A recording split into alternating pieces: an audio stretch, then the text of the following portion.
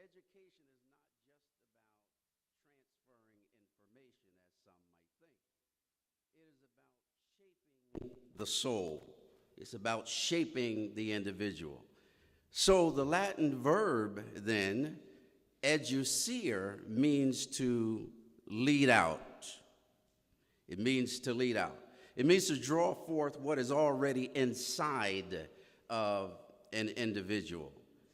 That being their gifts, their voice, their dreams. And at the heart of it is ducere, which means to lead. So then, what is education if not the most sacred form of leadership? One that raises, one that nurtures, one that leads people from darkness into light, from confusion to clarity, from oppression into freedom. But education is not and has not always been offered as light. For many, it was the very thing denied. So let us reflect just for a few seconds that during slavery in America, it was illegal to teach an enslaved person to read. Why? Because those in power understood something very dangerous about education. It liberates. An educated slave was a threat. A threat to what? A threat to the system. A threat to the lie that they were less than human. Frederick Douglass wrote this, and I want to put this in your ears. Once you learn to read, you will forever be free.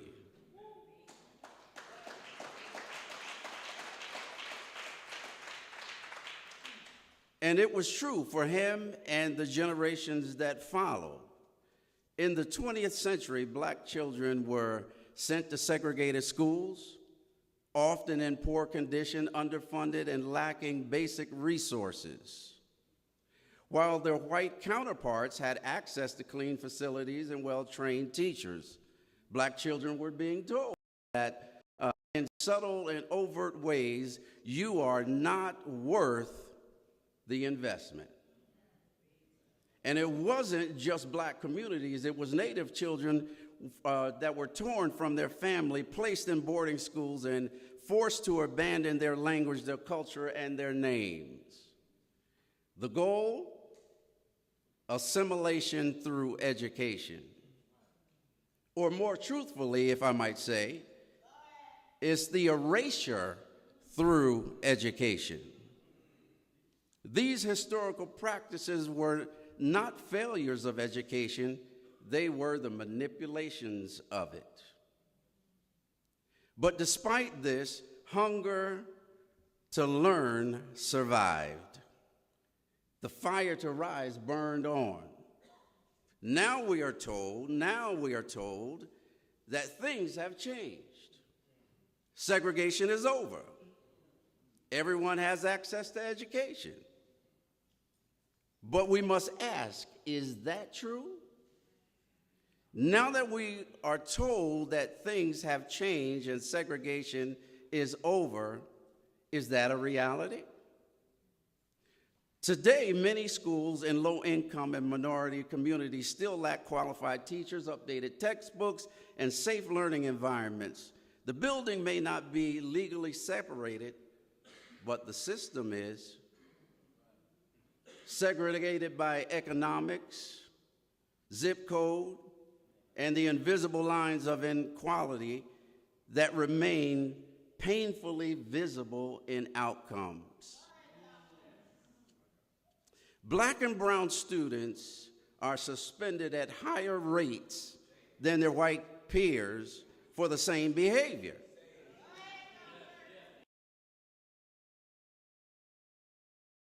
Support. And children from impoverished backgrounds walk into schools already carrying the burdens that curriculum cannot measure. What is it? It's trauma, hunger, violence, instability, and still they are expected to perform as though they are in the level playing field. Let's talk about the cost of these injustices. When a child does not receive quality education, the consequences don't stop at report cards. It leads to fewer job opportunities, lower wages, and limited upward mobility. But even more devastating than that is the message that it sends. You don't matter. Education, or the lack thereof, becomes the mirror. For those in well-funded schools, it reflects opportunity. For those in under-resourced ones, it reflects abandonment. This isn't just unfair, it's immoral, and it's a betrayal of the promise that every child deserves a fair chance. And yet, here is where the story turns. Because history also teaches us that education is not a battleground, it is a weapon of resistance. It was the foundation of the civil rights leader like Thurgood Marshall, who argued Brown versus Board of Education before the Supreme Court and shattered the legal structure of school segregation.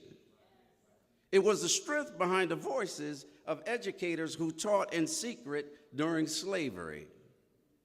It was the courage behind the students in Little Rock, Arkansas, who walked through crowds of hatred just to get to class. And today, it is still the hope of every student who gets up, despite the odds, to sit in a classroom and say with their presence, "I believe that my future is worth it."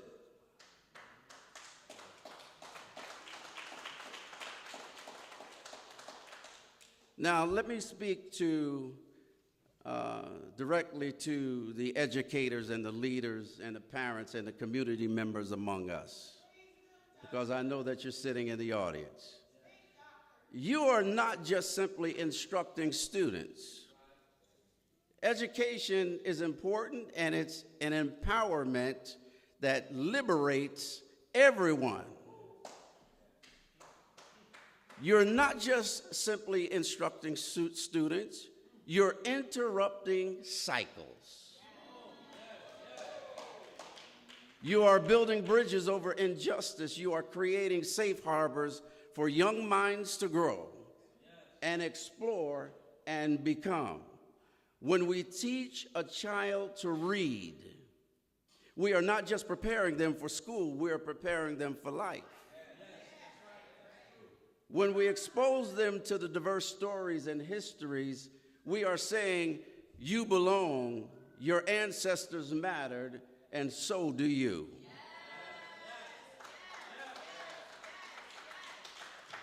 We need policies that fund schools equitably. We need trauma-informed approaches to discipline. We need more diverse teachers and culturally responsive curriculum. And most of all, we need collective will, because systems do not change on their own. People change the system. Let's remember this as I close. Education is not just preparation for life, it's life itself.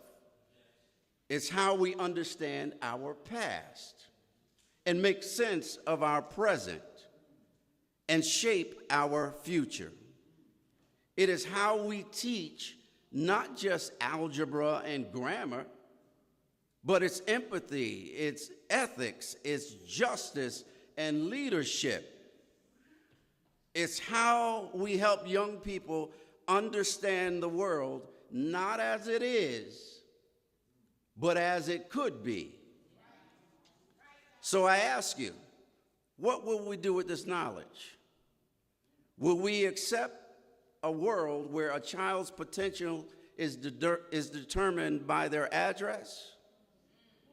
Or will we lead, will we educare, educere, do seer, will we raise up, will we draw out, and will we lead forward? If we believe in justice, we must fight for education. If we believe in equality, we must ensure access to quality education for every child. If we believe in the future, then we must invest in the minds and the hearts who will carry that future forward. Let us be a generation that doesn't just celebrate education, but defend it. Not just for our children, but for every child. Because to educate is to believe in humanity. To educate is to believe in tomorrow. To educate is to love, and love intentionally, radically, and without condition. Thank you.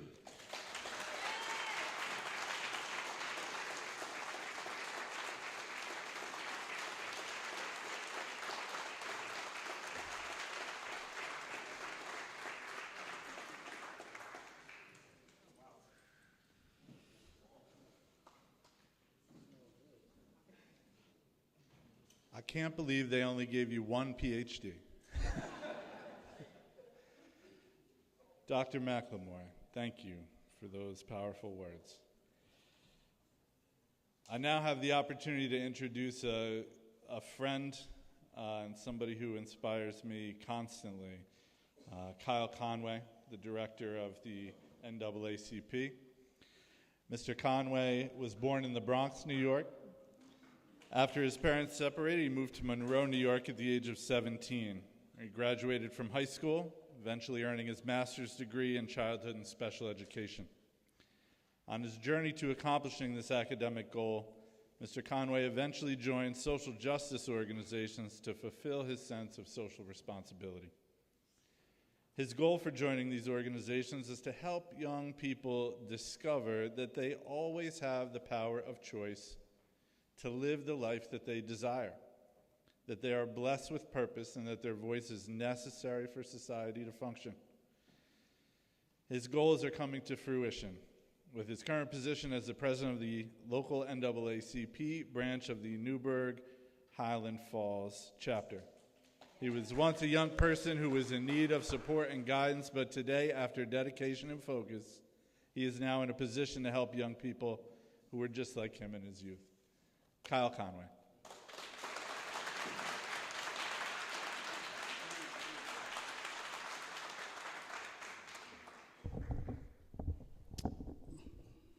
Dr. McLymore, thank you for those powerful words. Also a hard act to follow. I got my master's so my students would be nobody's slave. That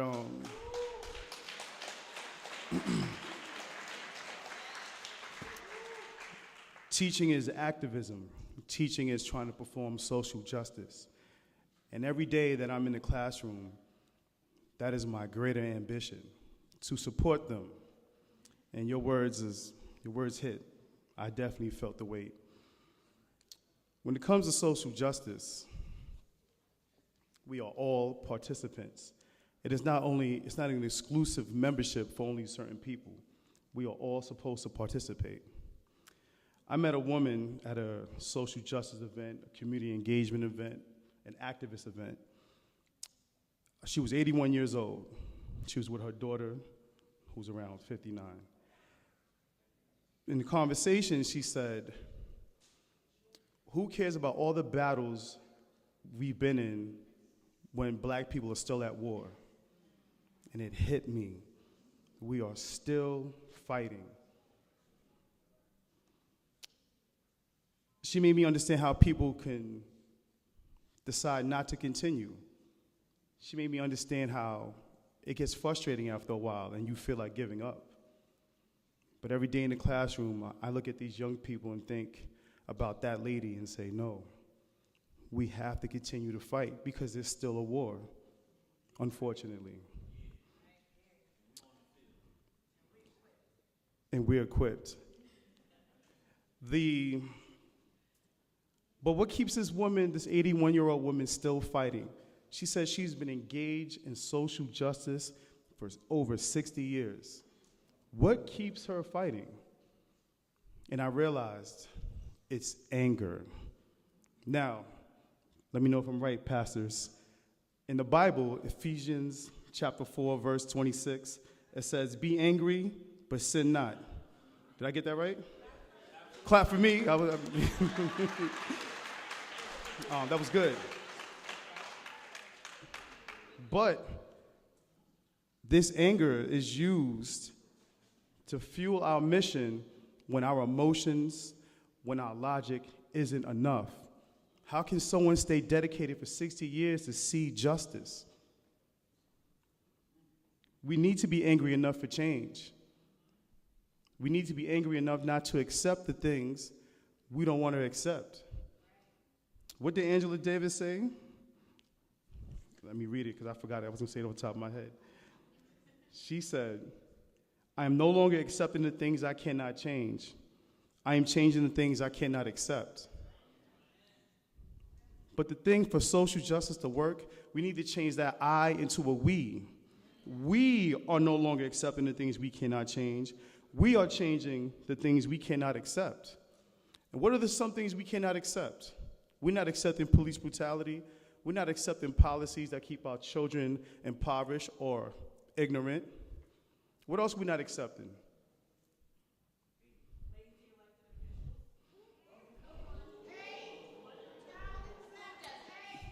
We are not accepting a lot. We are not accepting. We're not accepting these things, right?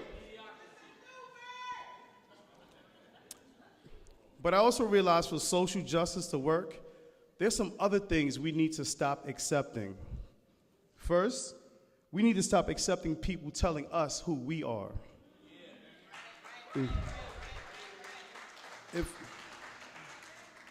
If we do not know our history, anyone can tell us our future. History is identity. Do you know what your people have done? When you look at yourself in the mirror, do you see that you're your ancestors' dream? And when you see that you're your ancestors' dream, how are you not angry that other people do not see your value? How are you not trying to collaborate like your ancestors did to fight to say you are going to respect the continent of Africa and all the people that came from that continent? How are you not angry? How are you not using this anger? We can be angry and complain, or we can be angry and get in the game and make change.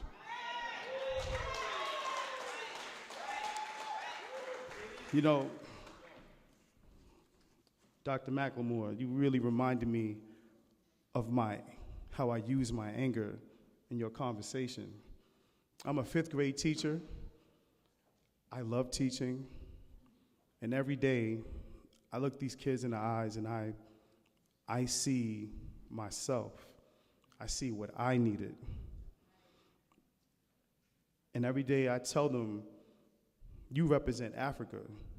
I don't care which shade, we're all Africans. You could deal with yourself on that. The first man was African, you deal with it on your own. And when I use my anger to educate, and I tell them, do you not know the empires that came from Africa? Our history did not start with enslavement. What about the empires of Kush? What about, we all know the Egyptian empire. What about the Mali empire, Carthage, the kingdom of Axum, And then even after our enslavement period, first of all, we were still great. We still had family. We were still engineers. We were still innovative. But even after slavery, one generation after slavery, we were business owners. We were politicians. We conquered or conquering the American dream with little support. How could you not be angry today that people don't see this? And we did that through community. We are not going to accept people telling us who we are. I think the second thing we should not accept is that we're not using our love correctly. We should no longer accept this. There's so much love in this room. There's so much love in Newburgh. Newburgh is amazing. I'm a New York Cityer, and I'm going to tell you, I have teachers who come from New York City who want to come back to this district because they say our kids are amazing. Clap for our kids in Newburgh. Serious. Serious. All the churches and non-for-profits in this community, if we came together, we know that one lock is stronger than one strand of hair. One finger is not as strong as one fist. And one soldier is not as good as one army. We are an army of lovers.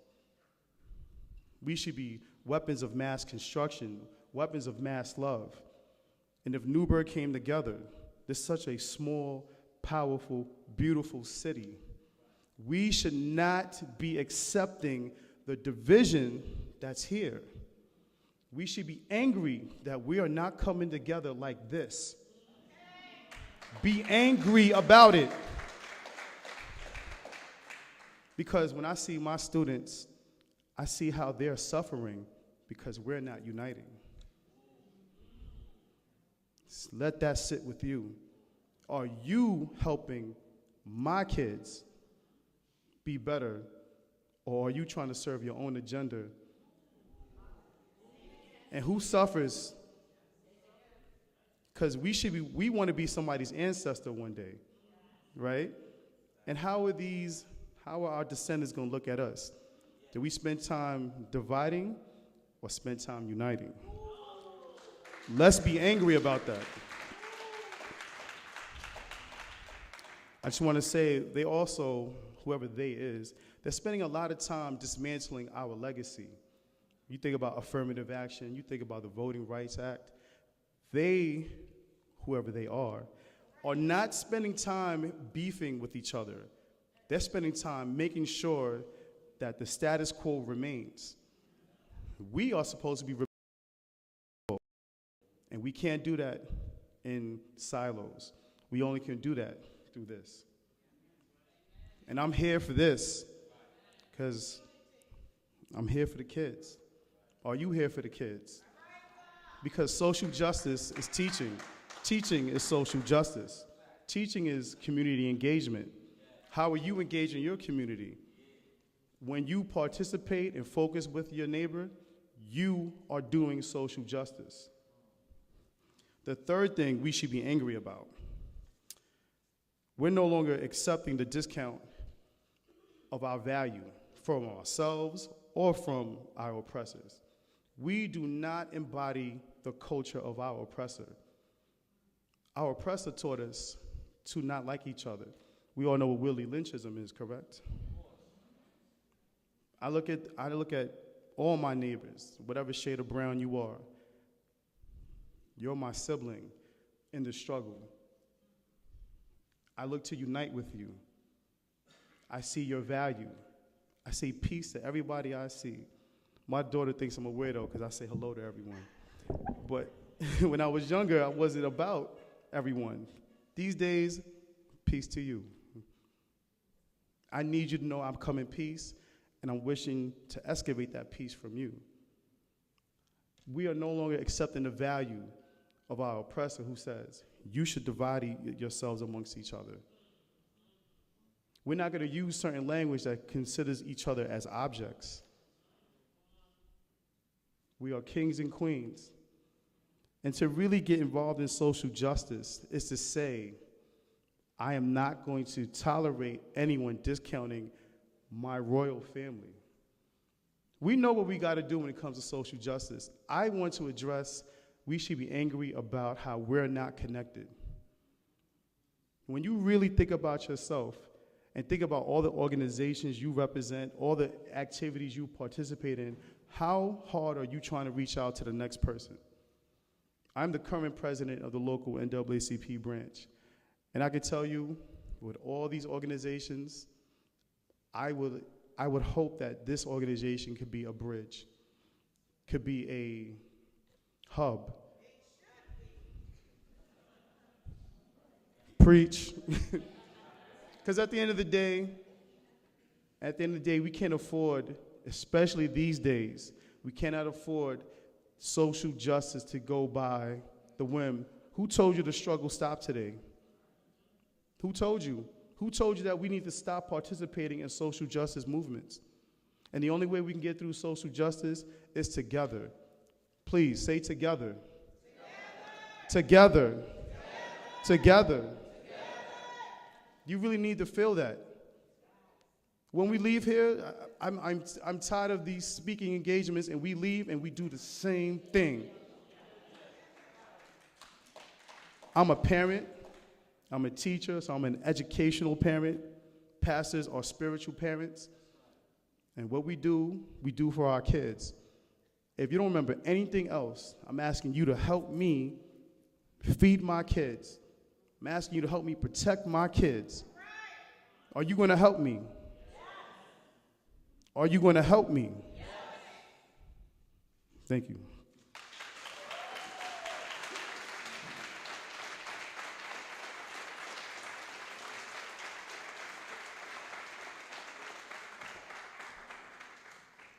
Thank you, Mr. Conway. Everybody can join the NAACP. I'm a member. I would recommend, it's true.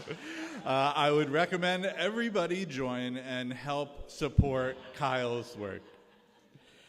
I think it's very reasonable. It's like $25 a year.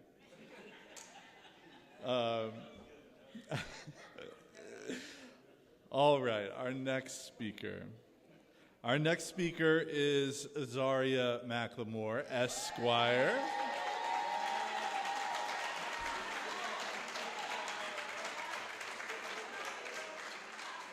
Azaria McLymore, born and raised in the city of Newburgh. Azaria has dedicated her life to making effective change. Azaria is a graduate of the Newburgh P-Tech program, where she earned an applied associate's degree in cybersecurity at the age of 18. In 2018, Azaria presented a TEDx talk titled "Stop Letting the Future Hold You Captive," encouraging all that enjoying the present will lead to a fulfilling future. In December 2019, Azaria graduated from Brooklyn College with a Bachelor of Arts in Psychology. And in May of 2023, Azaria graduated from North Carolina Central University School of Law with honors and passed the uniform bar exam in July 2023 for 41 uniform bar jurisdiction states on her first attempt.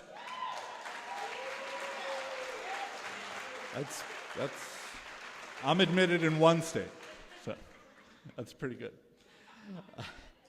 Azaria practiced criminal law here in Orange County, New York, as an attorney for almost 2 years and has experience with the Center for Death Penalty Litigation, the Georgia Innocence Project, Legal Aid's Right to Education Project, and North Carolina Department of Justice's Education Section. She is continuing her pursuit of justice as an attorney with the Children's Law Center, representing children in family court matters. And I have to shout out her favorite program, something you founded here in the city of Newburgh, Lil Lawyers, launched in February 2024, where she supports and encourages City of Newburgh residents to pursue careers in the legal field. I am honored to bring Azaria up to the microphone.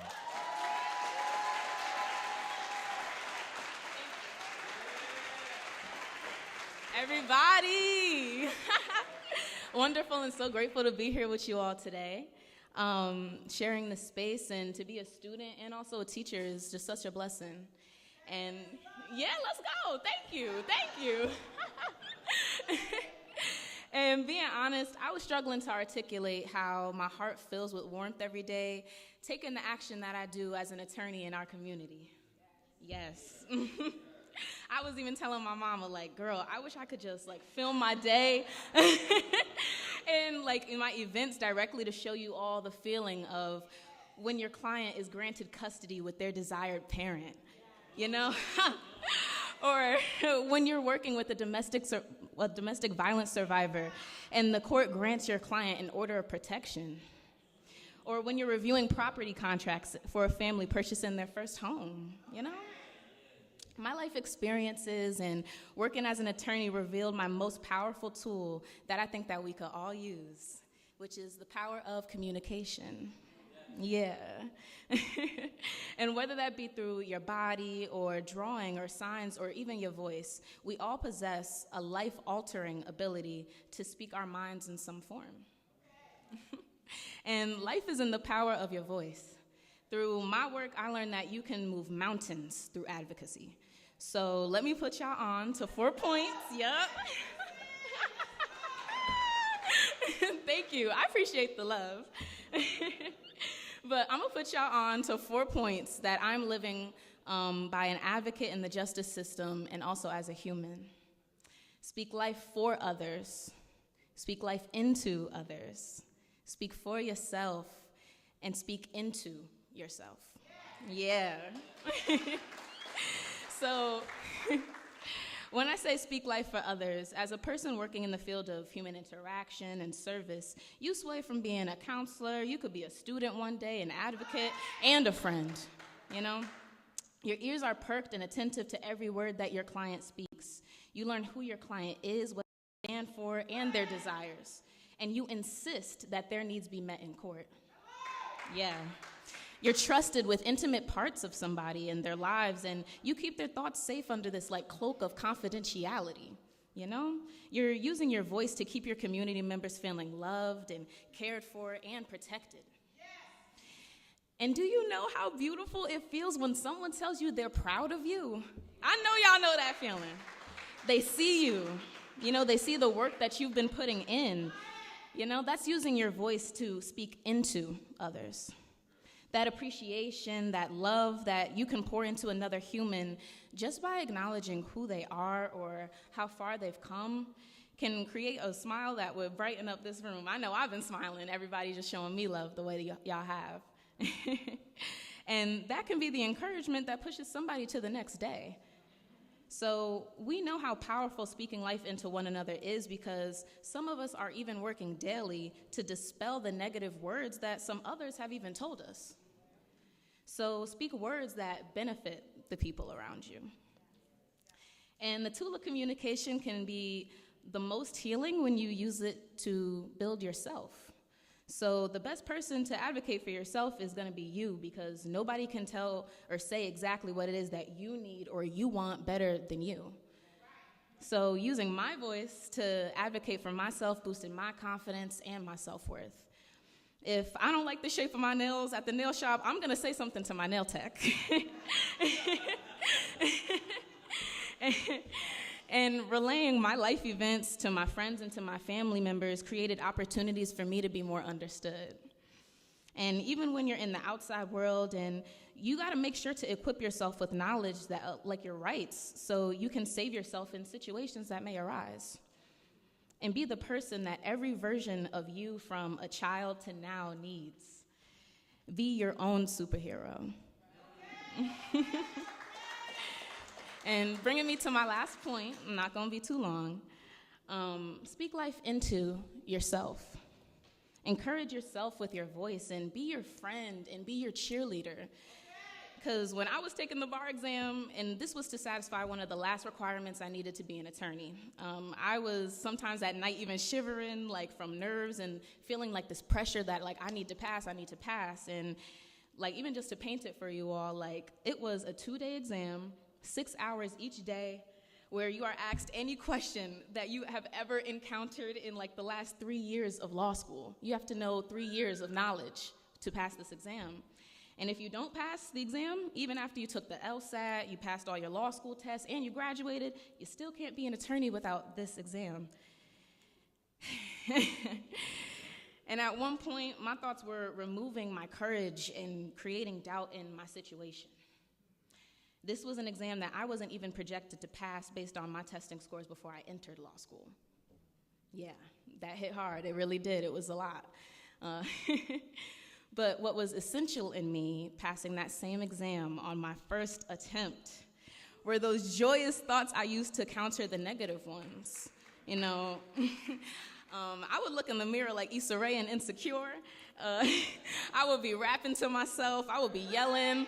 I would be cheering myself on, like saying, I got this. I've endured battle after battle, and I have overcome each and every single time. Yeah. And I just want you guys to all understand how many no's that I received through this journey. Like, I heard 19 no's. I received 19 no's and 19 rejection letters into law school. I had people telling me I couldn't even be an attorney based on my appearance. I got tattoos, I got piercings, my locks, you know how it is and how it be. But I even had to face my own thoughts of self-doubt. Oh, but still I rise.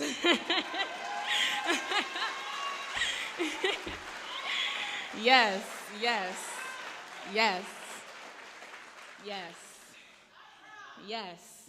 And now, as an attorney, I'm representing children in family court. This is my dream. Every single day, I'm living my dream. I'm representing the kids in our community. That means so much to me. Yeah. Yeah. Yeah. And I'm using my voice to negotiate and advocate for our lives and the opportunities that my clients deserve. I'm able to practice in 41 states. Yeah. Yeah. I'm the superhero that I've always needed for myself, and now I can be that for other people. Yeah. And believe me, I understand what it takes. You know, the fear you have to overcome to be able to openly use your voice in every setting, that can be taxing. But at the other side of that fear is freedom. Yeah. And as a result of using your voice and advocating for yourself and others is living a life that is based on truth, growth, and peace. So use your voice to build, to heal. Honor the tool of communication to implement true justice in our daily lives by exercising that power in your voice. Thank you.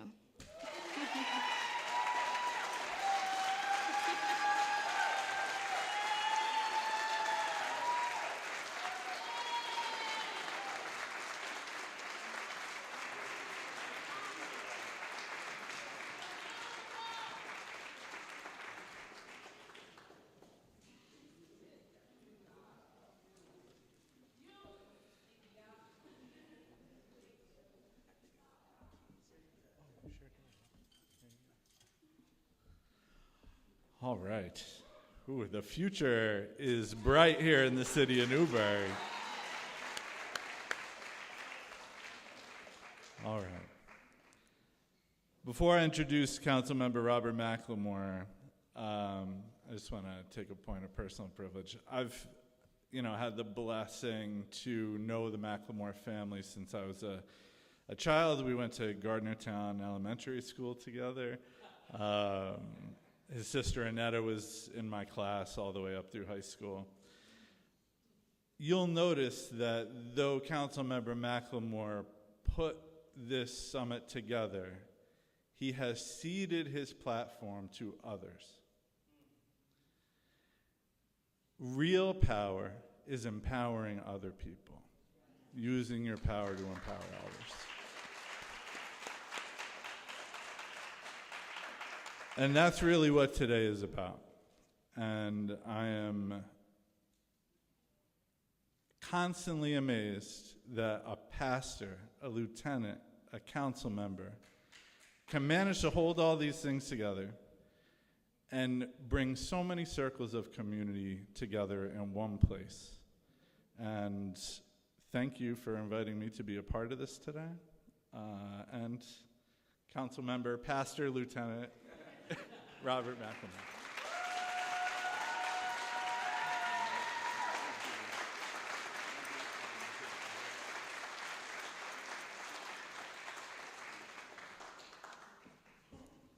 Thank you, everyone. I'm definitely humbled by your response and everyone being here on now the afternoon. I want to start off by saying, because I don't want to mess up again, last time I was getting an award and I messed up, and I want to make sure that I get everybody, all the thank yous out the way. And so I want to thank definitely Mayor Harvey and the council. Mayor Harvey pushed me, and I know Dr. Salam don't know this, but my first conference in Albany at the Somos conference, he was telling me, hey, let's go to the pastors. I think it was like a pastor breakfast. I was like, no, I'm already one. I don't want to chill with them. So, sorry, if any pastors in the house. All right. I was like, nah, I'm good. And so he was like, come on, man, this is going to be good for you. You can network, this and this and that. I was like, nah, I'm good. And so I was like, well, let me go. And I went, and that's when he introduced me to Dr. Salam. And I was like, oh, shoot, why is he here? And so it was just amazing to me, all the people and all the networking and different types of people and backgrounds that was there. And people often ask, why do you guys go to these conferences? Is because we want Newburgh to be at these tables.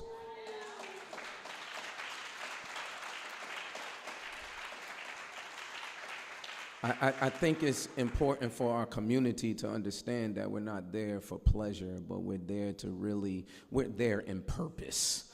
We're there in purpose, and it's oftentimes that we forget what our purpose is for our community. It's bringing everything together. If the mayor and the council are not at these tables, how are we going to get funding to our community?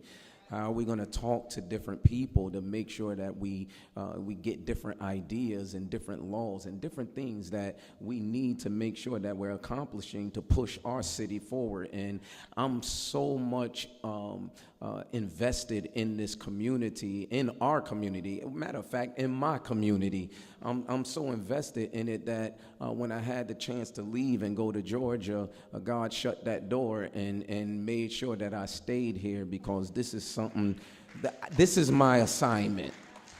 This is my assignment, and I'm so grateful. And so I definitely want to thank Mayor Harvey for all the work that you are really putting into this city. And I know that it goes over people's head and it's overlooked, but you know what? You're doing things and you're on an assignment, and we support you.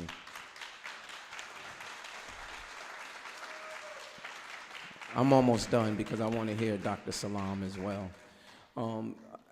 I called Bob. I think Bob was Councilman Sklarz. He was the first person I called. I said, listen, I done met up with Dr. Salam. I got to figure out a way how to get him here, and I need some money.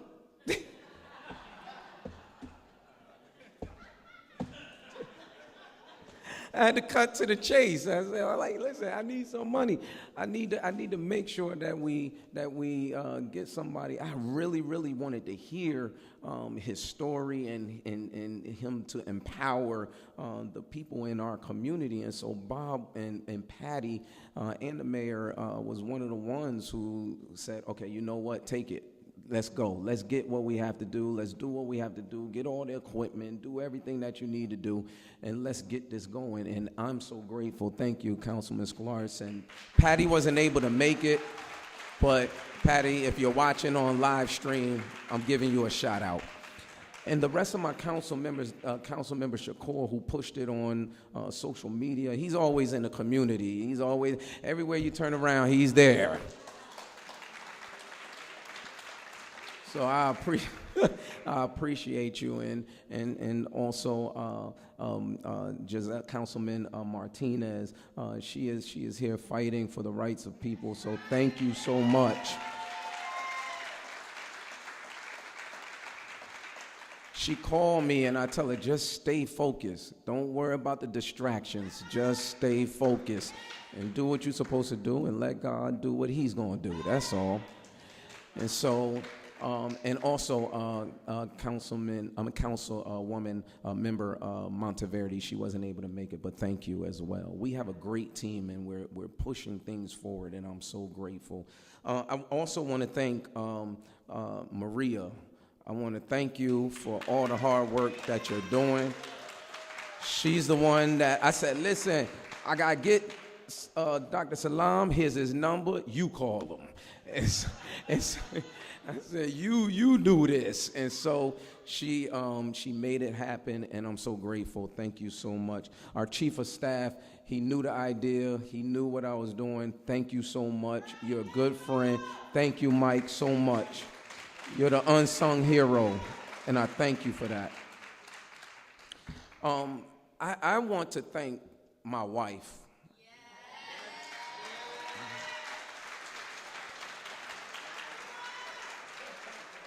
She stands by me every day, always praying for me, and I'm grateful. And she was here with Ida. Where's Ida? She's around? She's right there. She was here with Ida, 8 o'clock in the morning. 8 o'clock in the morning trying to get this together. I'm so grateful. Thank you so much. And my family, my kids, I love y'all. My daughter is over here doing the live stream. I want to thank my church.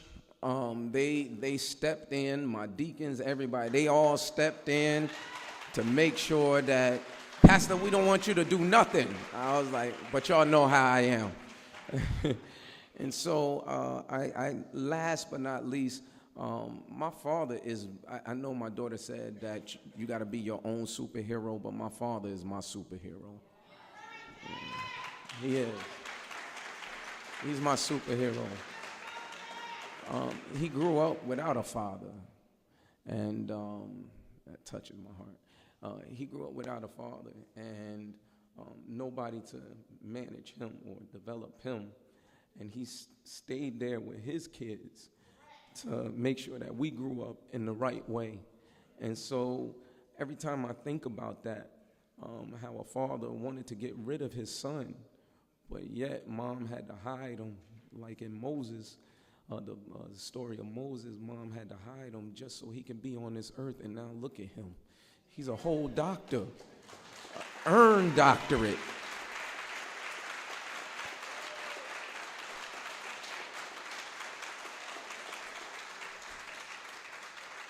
You never know what people go through behind closed doors.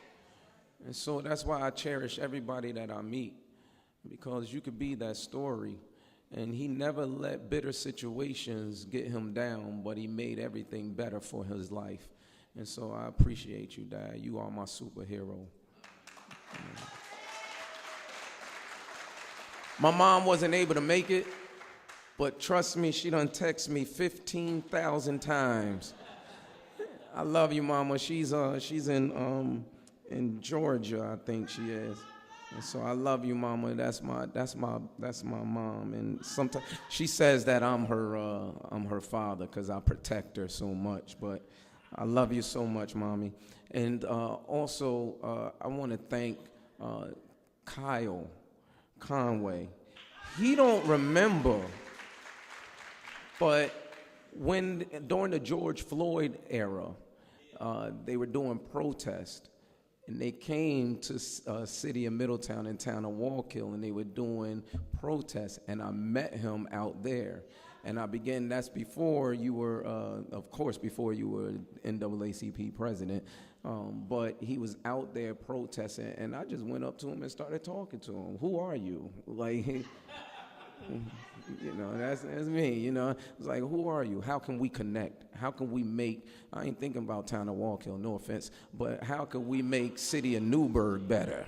And so, because this is where I live, and this is what I want to be better. And so I appreciate you and everything that you're doing. And then my daughter, man, is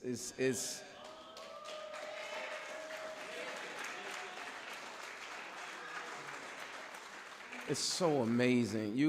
She all the no's she got. And before she came here, I said, baby, all the no's you got never stopped you from getting that yes. You chase after that yes, and you continue to get that yes, and your purpose will be fulfilled.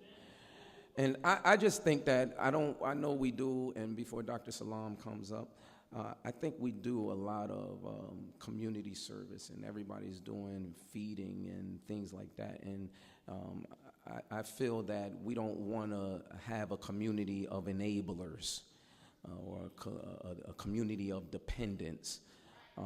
I want us as a community to walk in purpose and our purpose be fulfilled. And that's the reason why I didn't do another feeding. I did an empowerment summit, because I want the people of our community to know that we got to stand together. As our brother Kyle said, we got to stand together, we got to unite, and we got to empower not just our generation, but the next generation to succeed in all things.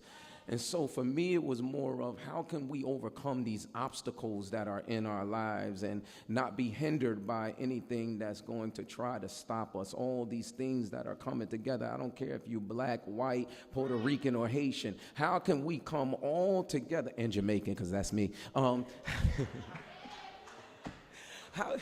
How can we all come together to make sure that we as a community, as Brother Kyle says, stand up for our rights and get the best success out of our lives? And that's why I invited these speakers here today, to empower us so that we don't leave with emptiness and void, but we leave fulfilled. And so that's why we did an empowerment summit. And so I want to read the bio of our Dr. Yusef Salam. And I know, and can we just clap our hands for all the speakers that we heard of so far? This is our own. These are our own. And so I'm grateful, and thank you once again.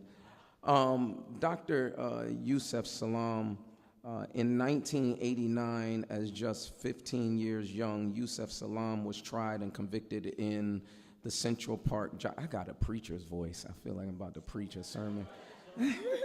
The Central Park joggers case, along with 4 other black and Latino young men. And the last time I met, when we were in Albany, this last time, Raymond was there. And that's when we were introduced to Raymond. After almost 13 years, 7 of those behind bars for a crime he did not commit. Yusef's case was overturned and he was set free. His life was forever changed by this experience, and since his release, he has advocated for criminal justice reform, prison reform, and the abolition of juvenile solitary confinement and capital punishment. Yusef has shared his story and stance on current issues on CNN, MSNBC, Revolt TV, NPR Atlanta, Fox, and more. He authored his memoir, Better But Not Bitter, and is the co-author of Punching the Air. He received an honorary doctorate in humanities and is the recipient of 2 presidential lifetime achievements, not that man that's in there right now, but 2 presidential lifetime achievement awards. In 2024, he answered the call to govern and join the New York City Council to represent District 9 in Central Harlem.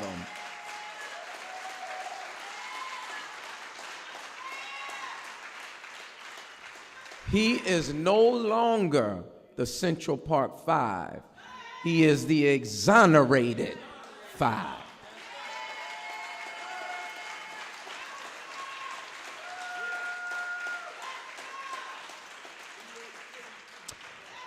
There's a quote that's at the end of his bio that really, really touched my heart, because this should be all of us. You have greatness within. You can accomplish what you will. Keep shining your light in the world. I have a motto that says, success is on me. Can you look at somebody and say, success is on me? Success is on me. Before our Dr. Salam comes, I want to, is Dr. Eugene Jones still in the house, or did he have to, is he still here? Is Paul here? They had to leave? Okay. Can you all do me a favor? Can we all stand for this moment? Please, everyone that can stand. Let's all stand for this moment and let us welcome to the city of Newburgh, Dr. Yusef Salam.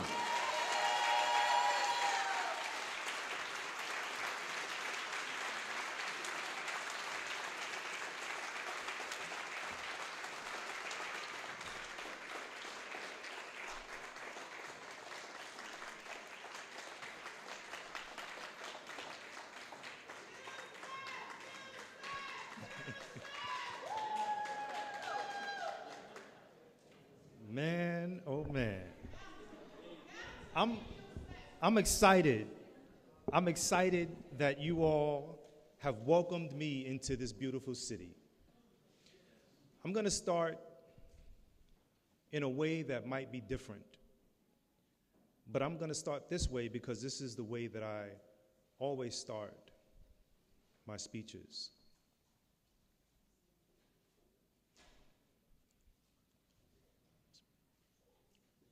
Hold on, let me just.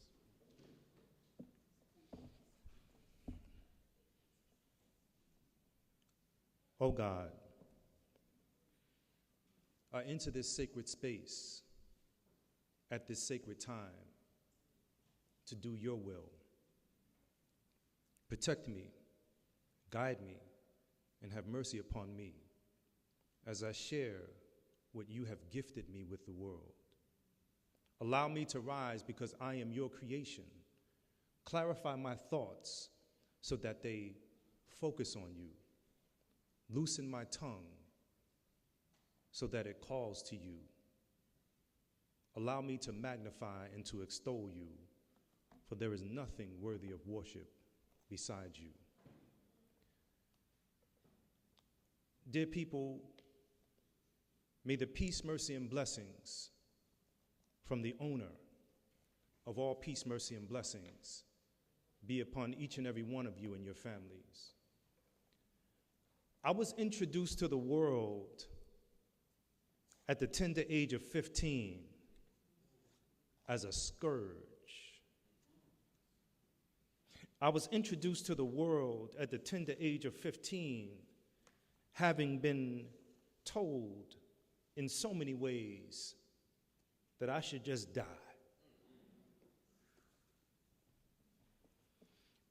My mother, who's still with us,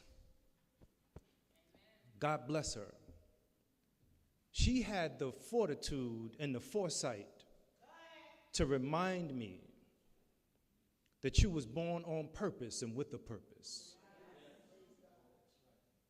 When I was in the belly of the beast, my mother told me that God does not place more on you than you can bear. I didn't know that I would have to grow through what I had to go through.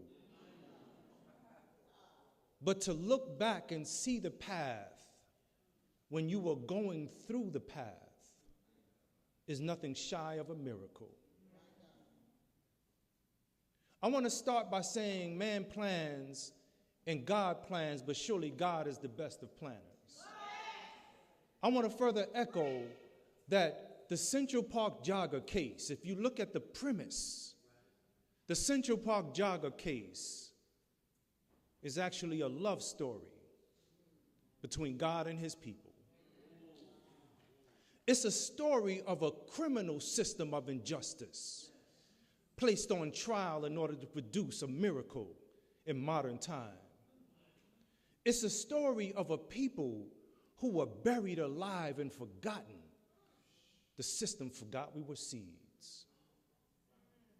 And instead of a social death, as they built that fire to consume us, they forgot the owner of the heat.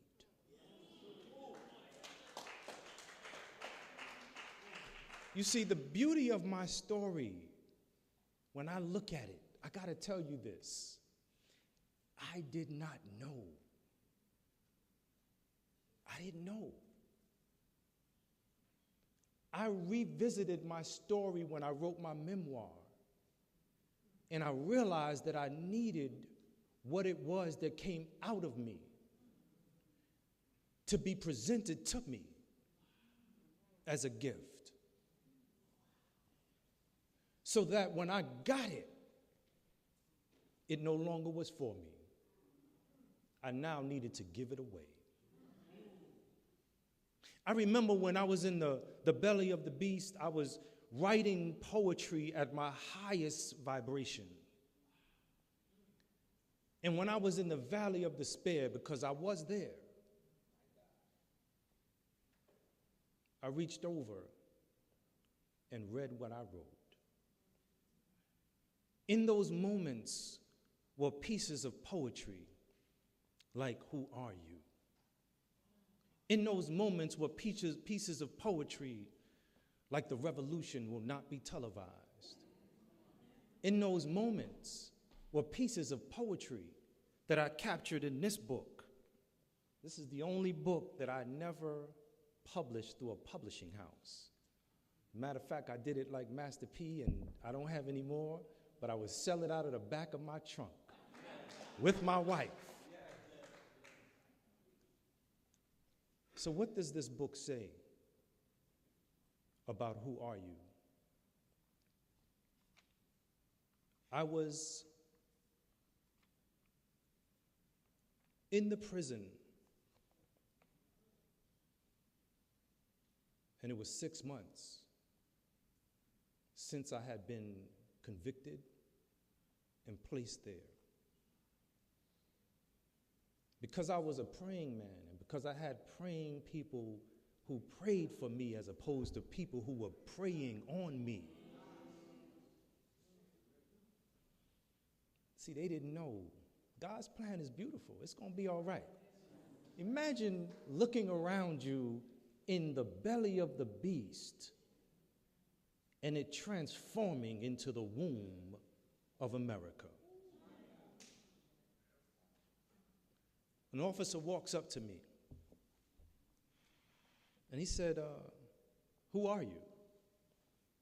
I looked at him puzzled. My story had been all over the nation. I was around the world, in fact, yes. There were big ads taken out by one individual who seems to, I can't shake him loose, but that's going to be all right too. Those ads bring back the death penalty, bring back our police. Those ads allowed for that whisper to be whispered into the darkest enclaves of society, for them to do to us what they had done to Emmett Till. As a matter of fact, right after that, going full-blown racist, Pat Buchanan took out a chapter and put it in the New York Post. And he said, well, why don't we just take the eldest one, Corey Wise, and hang him from a tree in Central Park. And then he urged the people to do this by June 1st. You see, we're in a country that says you're innocent until proven guilty. But when you have the so-called complexion for rejection, they look at the color of your skin and not the content of your character, and they deem you guilty until having been proven innocent. And so we're here in this place that started to transform as the womb of America. This officer, I remember his name, Jerome Jones, walks up to me and says, "Who are you?" And having gone through all of that in a minute in my mind, I said, I'm Yusuf Salam, one of the guys they accused of raping the Central Park jogger. But I didn't do it. Here's an officer still looking at me, puzzled. And he said, I know that. This is an officer who is supposed to ensure that I'm a person who remains captured. And he's telling me, I know that. Then he said, you're not supposed to be here. Why are you here? Who are you? They call that sparking. Back in the days, they would spark the mind to get you to understand something about yourself. To get you to understand that when God intends a thing, there are no mistakes. Because God can only, he says simply be. And it is. He doesn't say be and okay, all right, okay, y'all get to work. Hey, why y'all, come on. I said be. Just like that, it is. I realized that I really didn't know who I was. You see, my mother, she had been telling me, you know, those of us who've seen When They See Us, there's a scene, you know, people always ask me, how accurate is it? 99.99% accurate. There is some creative license, and it is in this scene. My mother comes into the police precinct, and she walks into the interrogation room. And she appears to reach into the clutches of the enemy, reaching in and lifting me out, and then shaming those who tried to throw dirt on my birth. Shaming those who would even consider that I am not my ancestors' wildest dreams. That was placed there to ensure that those who are practicing law, those who are advocating, those who are considering family, that you know how to advocate for your children. If you look correctly, you'll still see her cape was blowing in the wind. But my mother did come into the precinct. They told her they weren't talking to me. They were waiting for her to arrive. They were trying to wear me down because I kept hearing them beating Corey Wise up in the next room. And they would tiptoe back into the room I was in and tell me that I was next. And when I finally got to see my mother, I fell into her arms. My mother, I call her my modern day Harriet Tubman. My mother didn't say, baby, how you doing? She didn't say, did you have something to eat, something to drink? My mother, she looked at me, and even though I was falling into her arms, she stood me up like a soldier.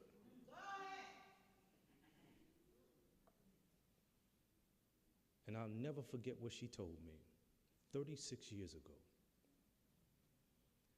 My mother said, and I'm going to say this to you because I want you to receive it as a gift. My mother said, they need you to participate in whatever it is they are trying to do. Do not participate. Refuse. I took her words back into the interrogation room, and I didn't give a written or videotaped confession. I took her words into the courtroom and received a sentence that said that I would be sentenced as an adult. I took her words into the prison, and it echoed, disallowing me to turn into the monster that they were trying to get me to become. I took her words out of the prison, and I met my beautiful wife.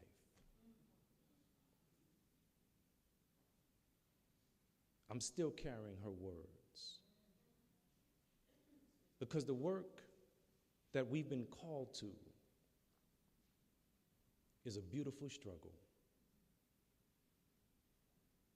Prior to going into politics, I would say this is the politics of protest.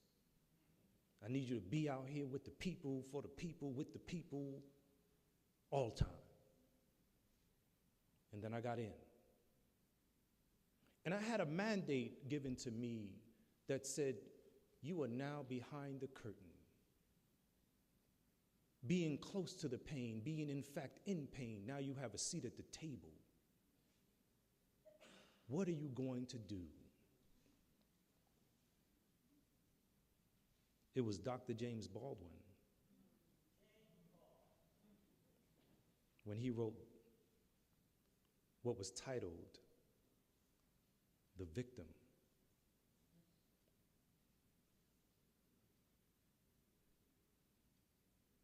He said,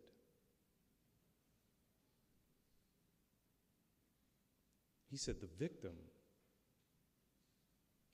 as a matter of fact, I'm going to get the words because I wrote it down, and I want to share it exactly how he said it.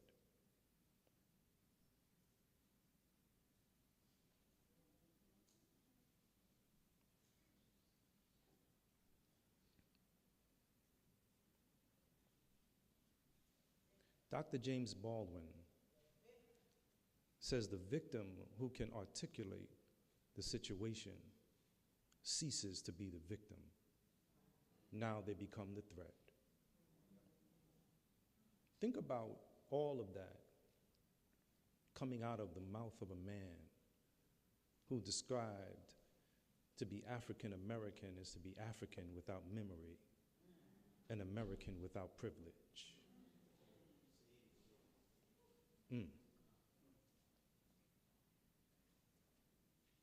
I'm still taking those words into life because behind the curtain is the politics of governance. It is the process of trying to, in fact, excavate all that was unnecessary to produce and build on the stones that the builders refused. To empower us to participate, because non-participation is participation. You know, oftentimes people say, they stop, my wife is with me all the time, right? We go to grocery, we was just at the grocery store yesterday. And I saw a person I knew and stopped and said hi, and next thing I know, there was a line. And Queen knows what I'm talking about, you know? Because it happens all the time. It's like this celebrity politician, but I'm not a politician. Therefore, this will not be politics as usual. So back to this, who are you? I went back to my cell, and I said, man, my mother, I said, Yusuf, my name is Yusuf, right? You know, I was growing up, sometimes people had there was this thing, they call it a speech impediment sometimes. You know, it's like you know, sometimes if you got a funny sounding name, they kind of mess your name up. And, you know, sometimes people would say, hey, what's your name? And I would say Yusuf, and some people would say, hey, good to meet you, Yusuf. But there was that occasion, or two, or perhaps more, where people would say, you good to meet you, Joseph.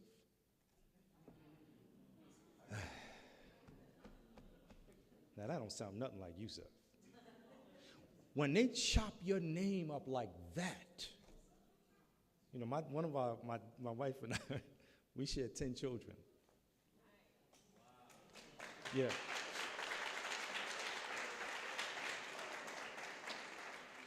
And it's funny because that was a bit of a pregnant pause because most of the times I hear a gasp.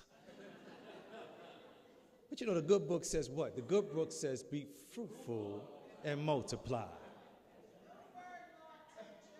Yes, indeed. So one of our daughters is named Asada. And We named her after Asada Shakur. And so when people say, oh, what's your name? And they mess her name, she corrects them. Asata. Good to meet you, Asata. And I was like, Dad, people chop my name up. Here I am in the womb of America. And I start reading the Bible. And I come across this young man named Yusuf in the Bible. Then I start reading the Quran. And I come across this young man named Joseph in the Quran. Now I know I'm mixing it up, but I'm mixing it up on purpose because the story is exactly identical. A young man who went to prison for a crime he didn't commit. His brothers were jealous of him and said, hey, let's just do this one evil act, and then we will reform ourselves. But see, God had a different plan. They put him in the bottom of a well, and the people who got him out of the well sold him for a few coins. They didn't know who they had. And then he grew up in the house of the ruler. And as a young man, he began to blossom. And they say in Scripture that God gave him half of everything beautiful in the world.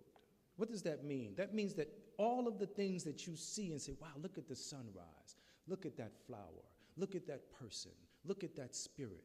God placed in Prophet Yusuf, Prophet Joseph, peace be upon him, half of everything beautiful he gave to the world. The ruler's wife wanted him. She wanted him to want her too. But he was a praying man, praying child.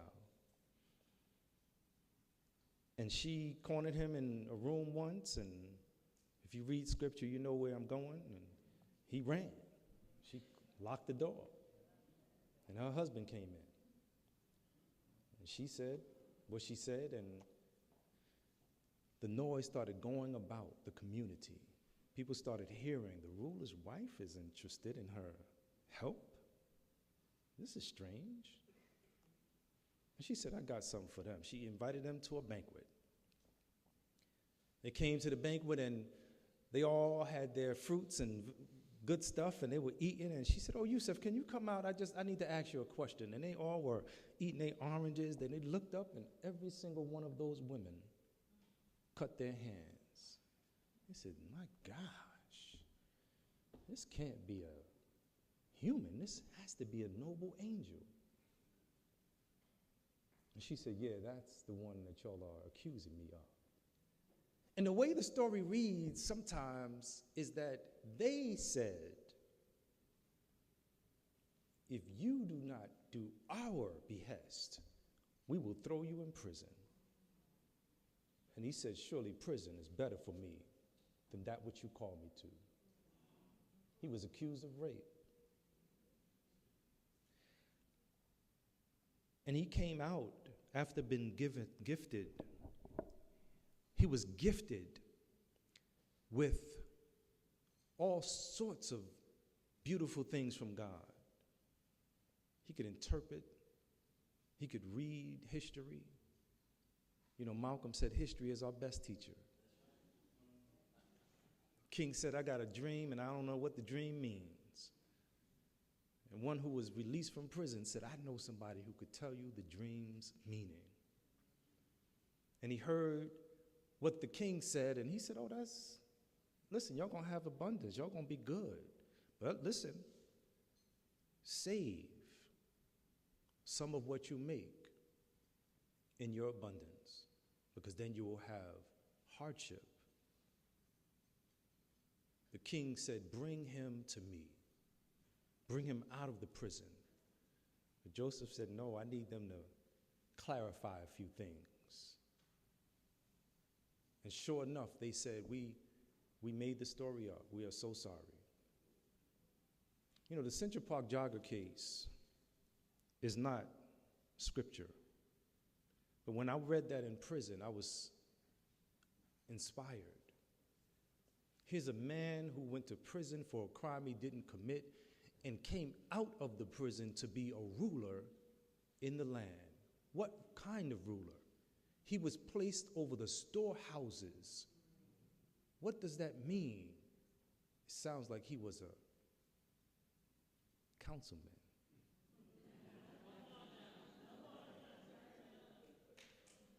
And so,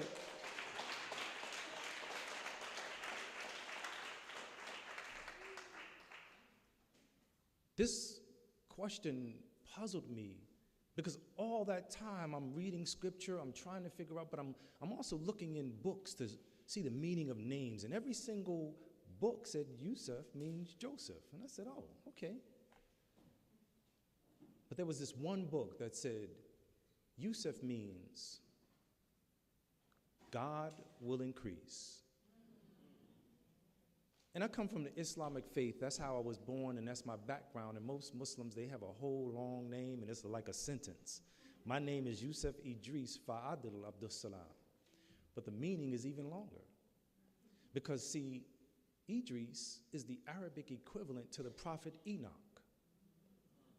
he who walked with God. The meaning is that Enoch was the first teacher. Fa'adil is with justice. Surely God is the most just of all who deal with justice. And everybody knows salam is peace. But I'm in prison 6 months into my bid, and I found out that my mother and father, true to tradition, after 7 days of me being born, trying to find out who is this? What do we name him? They named me God will increase the teacher with justice and peace.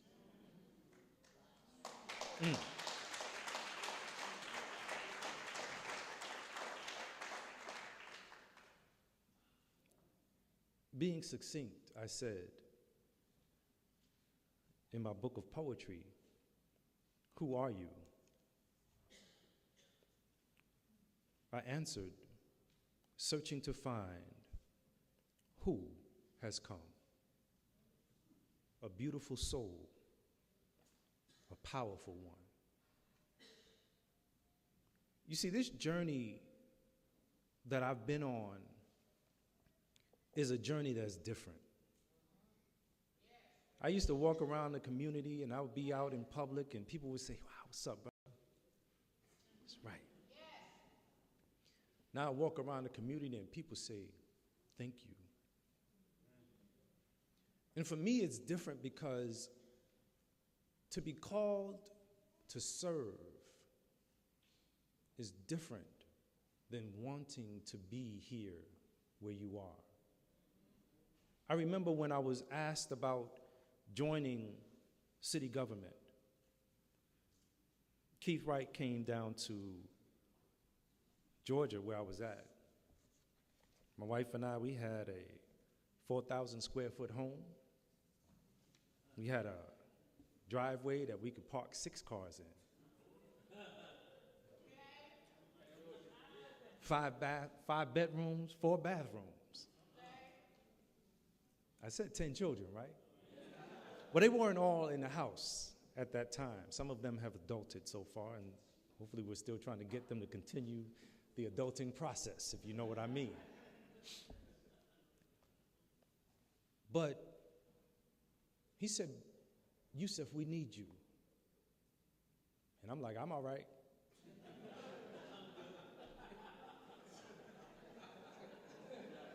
I went to Riyadh. They invited my wife and I to Riyadh.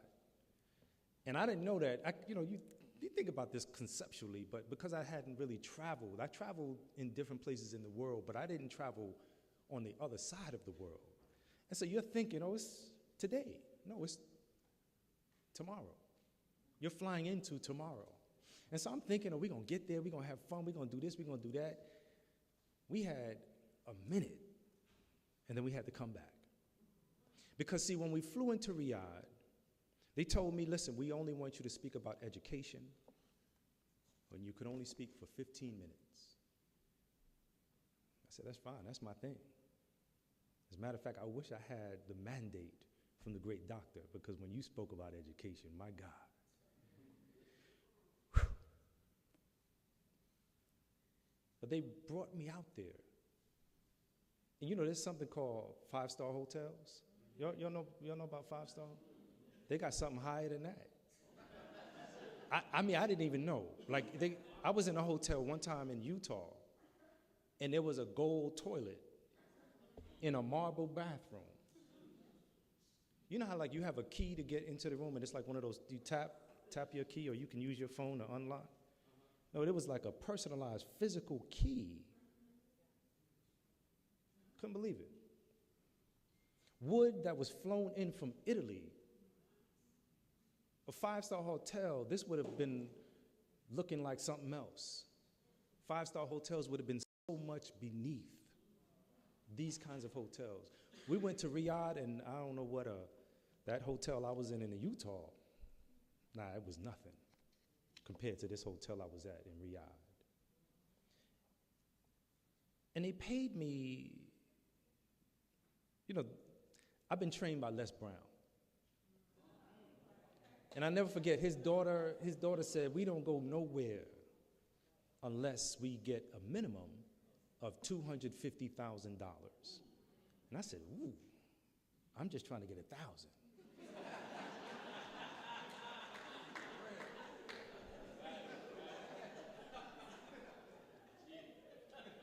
And you know, it was funny because when they asked me about going to Riyadh, they were like, it was almost like they were embarrassed. They said, we can only offer you $250,000.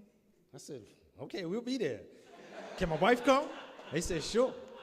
My wife remembers that trip. Man, they treated us like royalty. We can't wait to go back.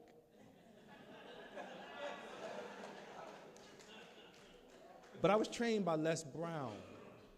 And Les Brown, you know, he said, Yusuf, I tell people all the time, it's not a matter of if you fall in life, because you will fall. But he said, when you fall in life, try to land on your back, because if you can look up, you can get up.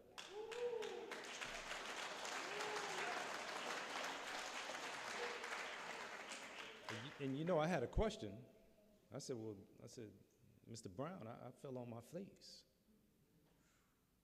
He said, well, when you fall in life, if you fall on your face, turn over. Realize that you're still here. Get yourself together and get up. Sometimes you have to do it hard. When you're called into do the work, everything, like you said, the door of Georgia was closed for you. No, you have work to do. We have work to do here. Cast down your bucket. Keith Wright, the son of Judge Bruce Wright, he said, yeah, cut him loose, Bruce. He said to me, he said, Yusuf, we need you. I said, I'm good. He said, no, we need you. He said, you don't understand. You are our modern day Nelson Mandela. I said, my gosh. I wish my wife was at that meeting, but I came home and I was inspired, and she said, we good. I said, but I'm Harlem's modern day Nelson Mandela. You know, she looked at me, you just Yusuf, you know.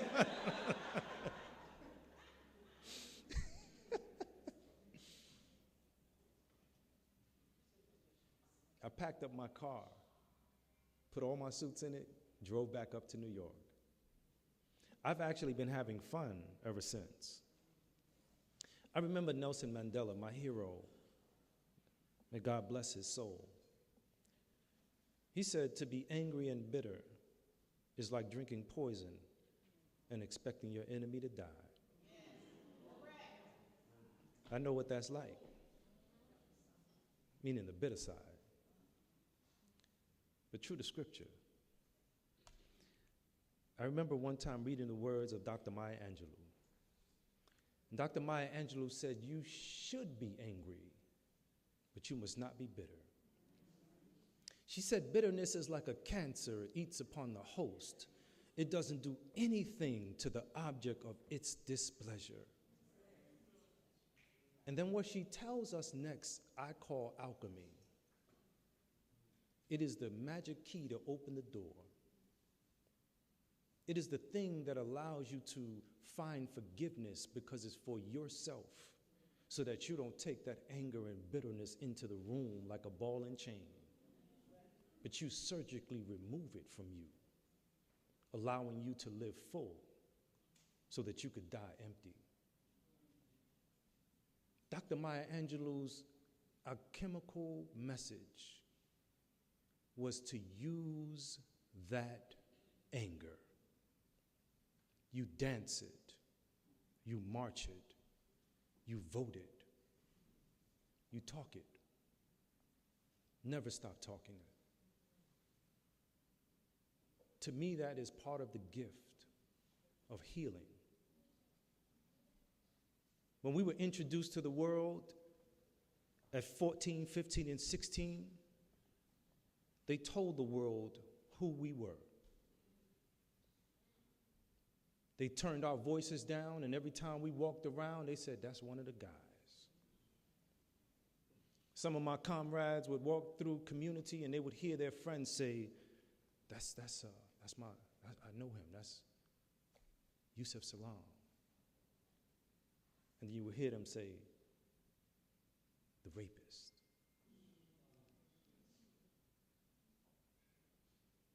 But because I know I was born on purpose and with a purpose, when I told my story for the first time, I couldn't understand what I was feeling until one day I got on stage with Raymond Santana. And we were in Pennsylvania, and Raymond said, y'all don't know this, but this is a therapy session. Nobody send me no bills, though. But the beauty of talking is something that women know far too well. You hanging out with your girlfriends, look around the table. Hey, girl, I'm about to go powder my nose. So let me go with you. I never heard a man, and it probably would be out of place. Hey, man, I'm about to go powder my nose, okay? See you when you get back. We don't talk. Talking is strategy. Talking is healing, but talking is strategy. Because as the young attorney said, when you talk and speak life into yourself. I mean, think about it. Here I was walking around, and I had this, and this is a miniature version of it, of course. Bring back the death penalty. This right here, rather, rippled around the globe. But our innocence on the front of the Daily News. Most people probably never seen this before.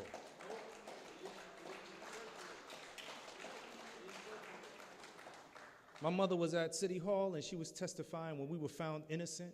She said it was whispered in New York City. She wondered if the rats in New York City even heard. But see, the indelible scar of being labeled something that you are not. I was sitting with Les Brown once, and he said, Yusuf, I teach people how to fix things. He said, if you catch negative self-talk, not self-talk that people are throwing at you, but even the stuff that you're telling yourself. He said, most of us only can catch about 10% of the 100% of negative self-talk. He said, but once you recognize it, I want you to go as fast as possible and look at yourself in the mirror. Because what happens when you feel bad? You look down. But you force yourself to look at yourself in the mirror. And you tell yourself 21 times the exact opposite of what it was that they were trying to get you to accept.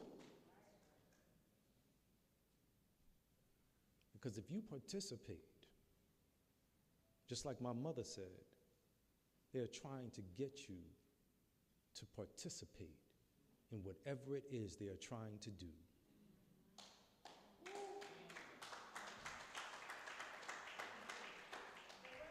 You know, when Les Brown said to me that he teaches people about purpose through the story of the birds and the bees, I kind of was like, huh?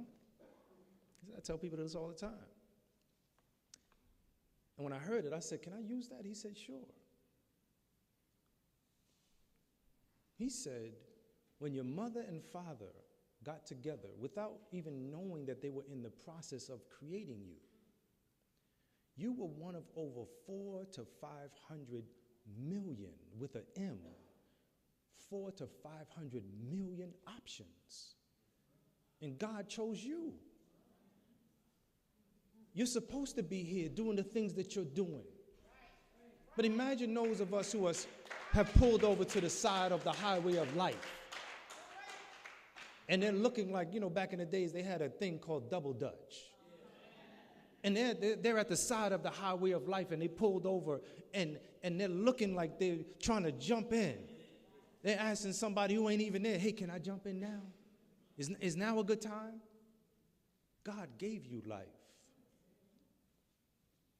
Turn up your light.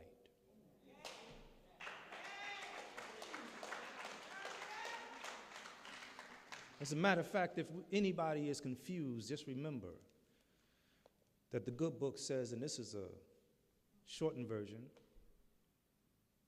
the true fight is against spiritual wickedness in high and low places.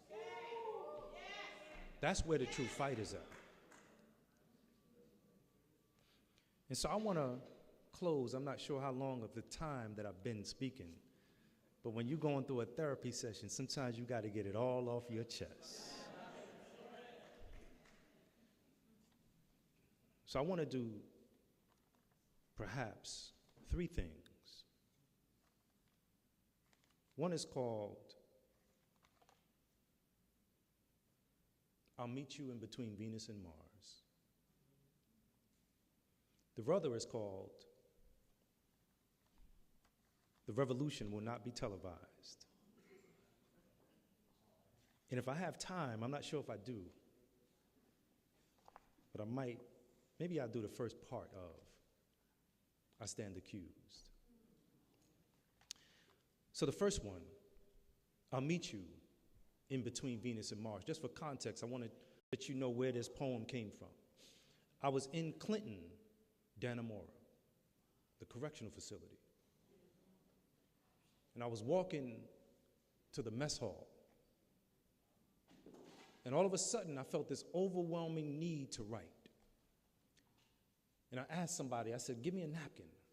And I wrote on this paper, pencil, and I wrote, until I couldn't write anymore. This was, I don't know where these words came from other than from the great I Am. I never revised this. In fact, I truly believe that I was a vessel that this was given to. I'll meet you in between Venus and Mars.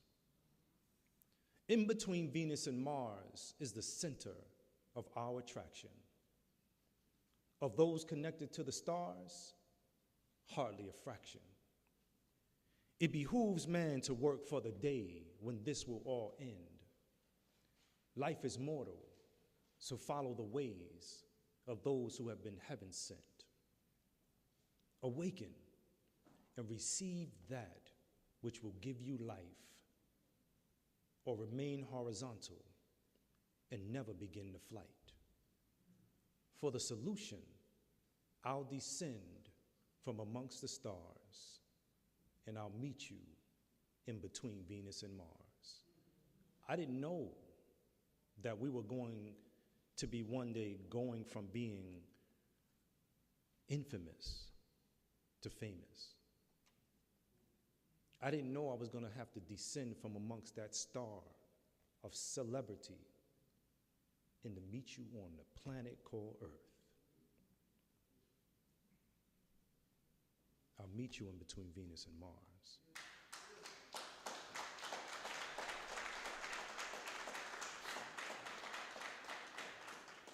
The revolution will not be televised. I wrote this while I was in the youth facility. Perhaps when I was vibrating at my highest self. So that when I was in the valley of despair, I would be able to reach over and resuscitate the very life that they were trying to snuff out. The revolution will not be televised. I can remember when that statement made me sad inside. Too young to be in it. Now I couldn't even see it. Why? Why couldn't the revolution be televised? The last poets, Gil Scott Heron. As I grew up, I began to see. They left theirs, and I too wanted to leave a mark on history. A man in half, and I wanted to bask in that task that set men free. But a revolution, the revolution, is where I knew I had to be. The revolution will not be televised. They didn't want to display the victory of those quote unquote lesser men. The revolution will not be televised. Smile. I know, because I am the revolution. I stand accused. I stand accused was a skeleton of some words that I was told that I would be able to say before I was convicted. I was told that I'd be able to stand up and say something. And when I was speaking to those who I asked for advice, some of them said, well, throw yourself on the mercy of the court. Seek the least amount of time as possible. But my mother, who had been teaching me about Denmark Vesey, she had been teaching me about Joanne Chesimard, better known as Assata Shakur. She had been teaching me about Martin and Malcolm. I started with the words of my hero, Malcolm X. And because I was birthed in the era of hip hop where there was always a message in the music and always music in the message, I had to remix it just a bit. Not a lot, but just, And he said, Yusuf Salaam, would you please rise? And I stood up. And what was amazing was that these giants who had been persecuting me all began to shrink right before my eyes. I started by saying, I'm not going to sit here at your table and watch you eat and call myself dinner. Sitting here at your table doesn't make me dinner, just like being here in America hasn't made me an American. Let us begin. Stress is the anger that is built up inside. Rage is the anger that is no longer built. Taking on a sucker that soon you have killed. American free will doesn't mean you can kill. And take another person's life, you live your life trife. I'm a skill builder, so on skills I do build. Creator giving knowledge to this wise black man, soon to enhance my words across the land. I'm a smooth type of fellow, cool, calm, and mellow. I'm kind of laid back, but now I'm speaking so that you know. Got used and abused and even was put on the news without clues. Some gave clues, selling out like fools. Now check it. Who did what and who did who in? Put in a situation that you don't know what to do in. Some brothers go wildin', we're not down with them. Who would have thought I'd have to lock in? I stand accused. checking the scene from how the situation was. Instead of getting facts, the media made you blurred. Now the people don't know. All they see is the media. Never hear the blame because they're constantly deceiving us. The DA's wrong. This is her master plan. This case is not a case. It's just a crafted sham. Yo, instead of trying to get your name made, it's reconstructing the crime that really pays. Islam, la ilaha illallah, being supreme over Satan, but no man is Allah. Yes, I'm a science dropper on the righteous path, so how the hell could I take a rapist's path? Think about that and then think about this. All my friends, it was me they dissed, they're dismissed, because I don't really need any friends like that, like when I really needed you. Where we are at, I'm not dissing them all, but the ones that I called that went and dissed me, like I was an inch small, like a rat, a mouse, not even a man, only accused. Like the knives in my hand. How does it look? Me clock, now I'm shook, but like Matlock. Soon the accused gets off the hook. It's real when she remembers and says, damn, the cops did you in. I stand accused. You people stop. This racial disperse. Hey, yo, you seen that kid Benson? He's in a hearse. And so we take it to the Benson hearse fields. White's got bulletproof vests. We got no kinds of shields. How does it look? They killed the black man being black. It's time we take a stand. In our situation, they saw our faces clear, but not mine. Not because of fear. It's because the black race was disgraced, and for the Muslim, they must have felt shame. But I'm not to blame with the words you bought.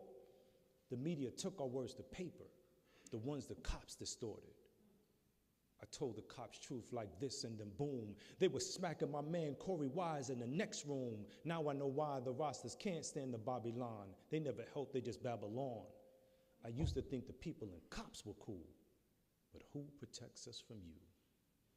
I stand accused. So,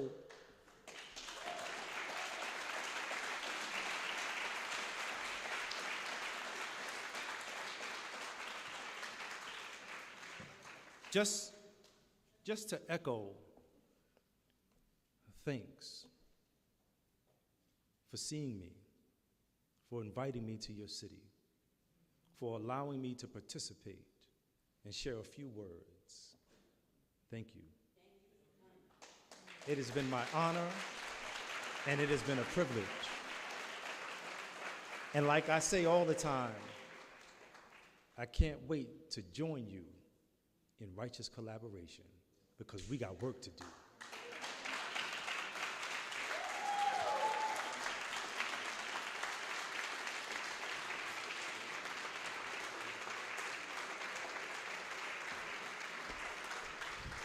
Did you enjoy our Dr. Yusef Salaam?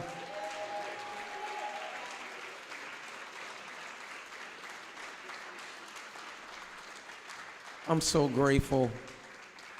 I'm grateful, and I'm blessed that you were here with us in this great city. Newburgh in the house. We want to, if the council can come up at this time, if the council that are here, Mayor, please come up. The council can come up at this time. I want to give some recognitions, some awards to some of our community leaders, and I call them impactors, people who are really giving service to those who are in our area, the city of Newburgh.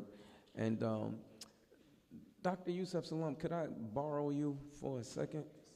And you can stand with the mayor, if you don't mind. And no, I said have him stand next to you.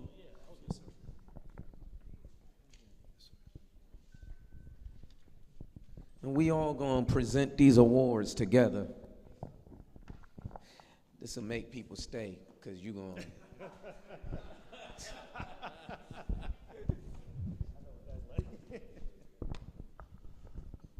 You can give me the first one. Councilman Shakur, if you can pass down the first one. No, just one of them at a time. I don't want to drop them. This is special. This goes to our brother Nick Edward.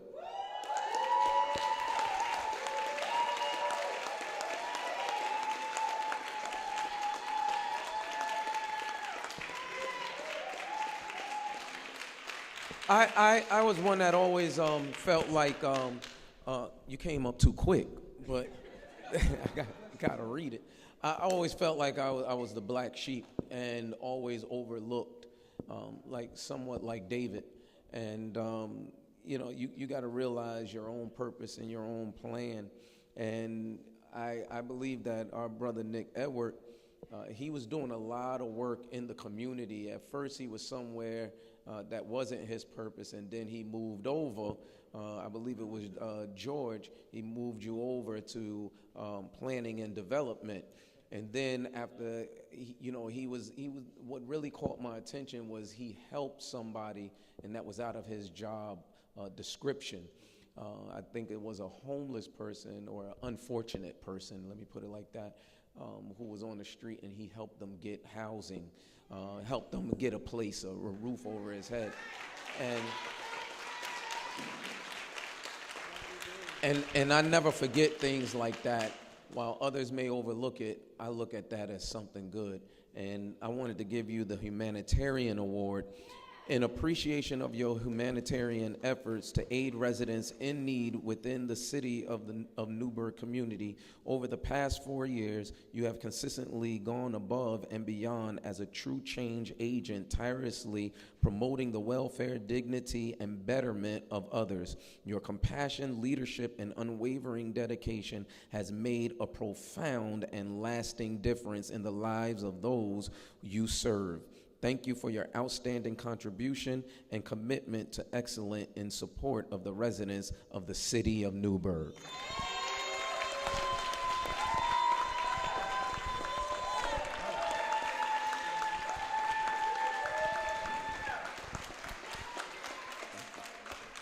you so much. Appreciate you. Good.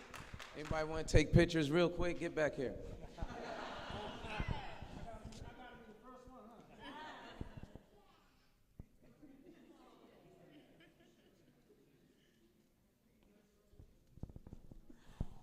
Right. Woo. Thank you. Good. Oh, wait. Okay, one more. Oh, one more picture. Oh, with the baby and the wife.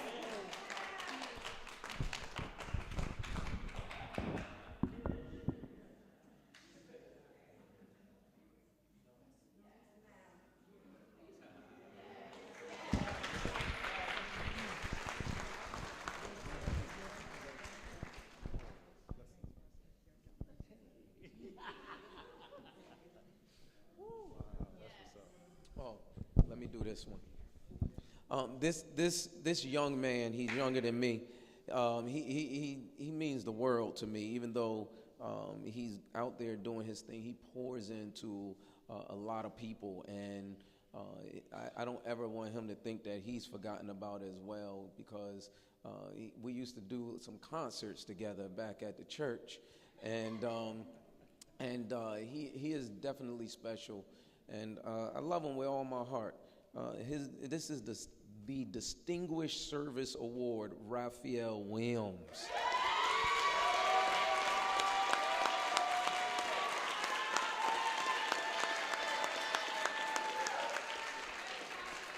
So this says, in appreciation of your positive influence on others and your unwavering commitment to effecting meaningful change through personal development and self-improvement. For over 14 years, you have inspired those around you to strive for excellence, encouraging individuals to perform at their highest level and to become their greater selves. Your dedication to uplifting others have created lasting impact and growth within our community. Thank you for your outstanding contributions and excellent service in the city of Newburgh.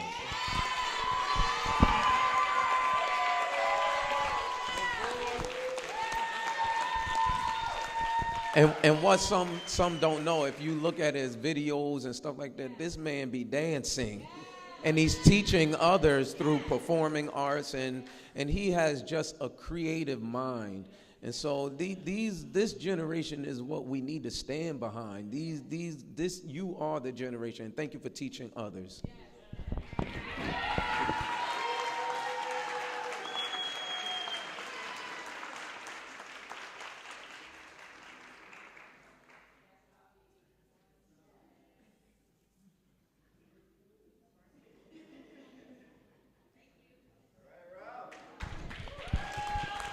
If y'all taking pictures, please make sure you send them to me.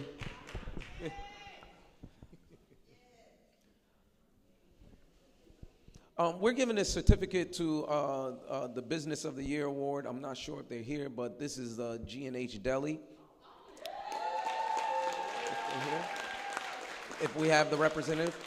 But this was in recognition of their excellence in operation and remarkable community impact in the food industry within the city of Newburgh for over 16 years. 16 years. And so they are a black-owned business, and I'm grateful that we were able to give it to them. They're probably at work right now. Great fish, sir. Great fish.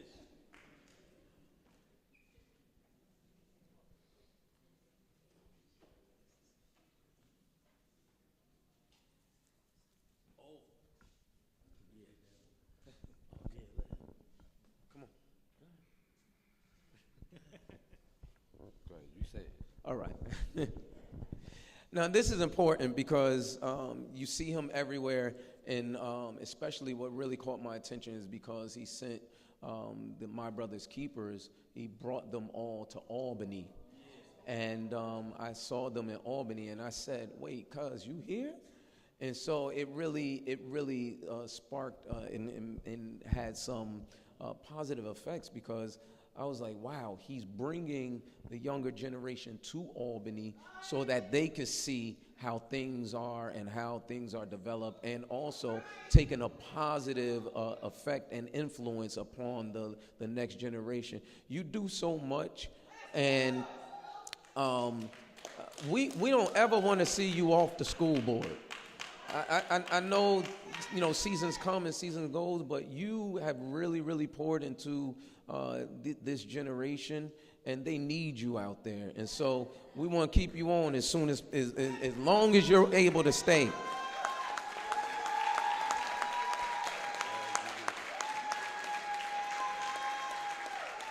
This is the Mentorship Award, and it's given to our brother Phil Howard in appreciation for demonstrating positive values and behaviors that inspire others to follow your example.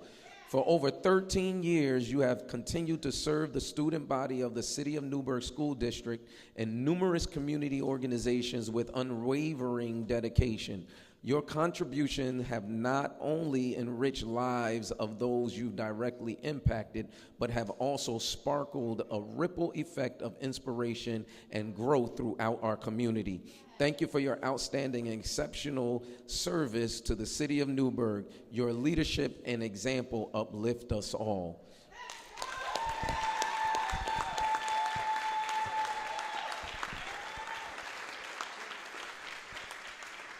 And a lot of people don't know, this is my big brother, and when I grow up, I'm gonna be just like him. So this is my real brother. All right. One love, brother.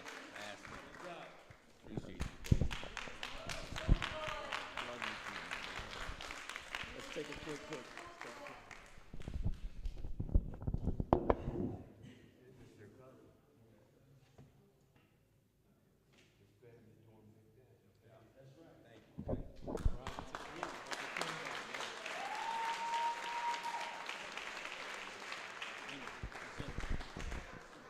So this is the local small business award, and this is presented to Sister Emma Johnson. And anybody that knows Emma's, it's been there since, I don't know, I've been a long time. I'm like 49 now, so it's over. Yeah. And so in appreciation of your decade of dedication and high quality professional service to the City of Newburgh as the proud owner and operator of Emma's, a successful minority-owned local business for over 36 years, your commitment to excellence in the food industry, along with your presence, has become a beloved part of the fabric of our city.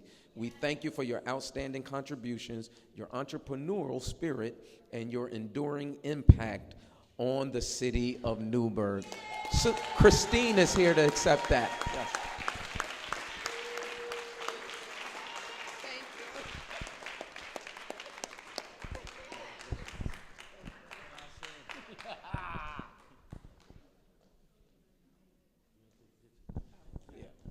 I take a quick pic.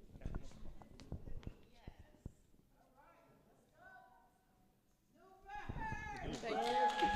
Thank you. We're almost there. This is who I've been waiting for. He left before I can actually get it to him because he's sick, and but he's recovering. We speak healing upon his life. And so Dr. Eugene Jones, he is one of the pillars of this community. And so this is the Lifetime Achievement Award.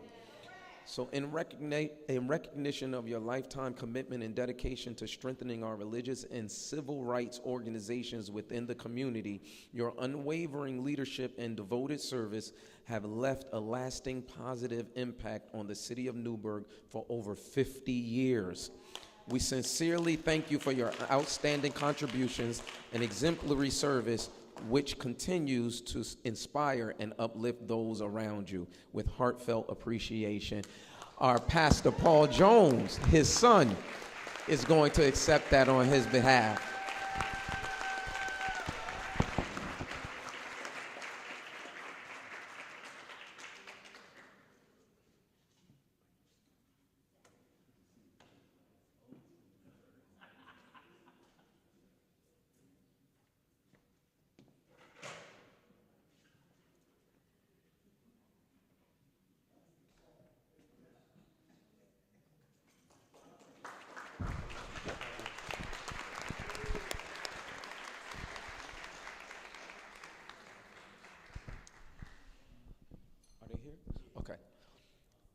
This is the Public Safety Award. The City of Newburgh Firefighters, Local 589. In recognition of your bravery, professionalism, and unwavering commitment during critical emergencies, your swift action and dedication to the safety of others exemplify the highest standard of service. For your invaluable contribution to fire safety education, community engagement, and your selfless devotion to protecting the lives and well-being of the residents of the city of Newburgh, we extend our deepest gratitude for your exceptional service, which continues to inspire and uplift others in our community. Mr. Frazier is accepting it on their behalf.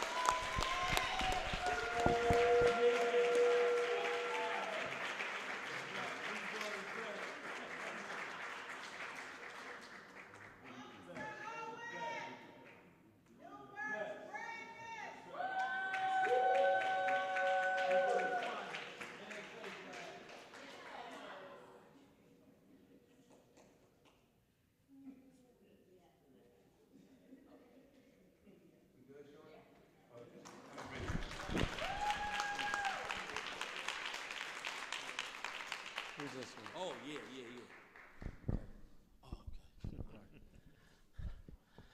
So this certificate of recognition is to someone very, very special who is running for our Orange County legislature seat. This is presented for the Leadership Award in appreciation for making a significant contribution to building a sense of unity in our community, purpose within our community as well, your unwavering dedication, years of guidance, steadfast presence as a positive community voice has had lasting impacts on the city of Newburgh. Through your service on various city boards and active engagement in civic life, you have helped foster growth, development, and connection among residents for over 30 years of service. Your commitment to uplifting others and advancing the well-being of our city truly exemplifies true leadership. Thank you for your outstanding contribution and exceptional leadership in the city of Newburgh. We want to give gratitude and respect to Miss Gabrielle Burton Hill. Let's go. And we love those Frederick Douglass events and those barbershop talks.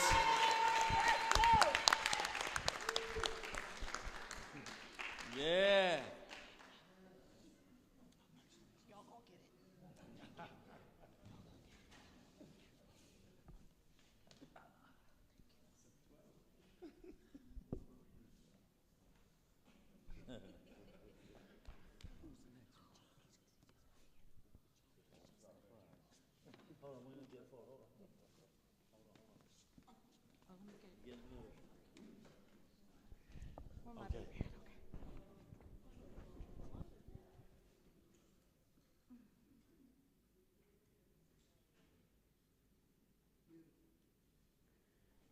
Let's give it up for Ms. Burton Hill.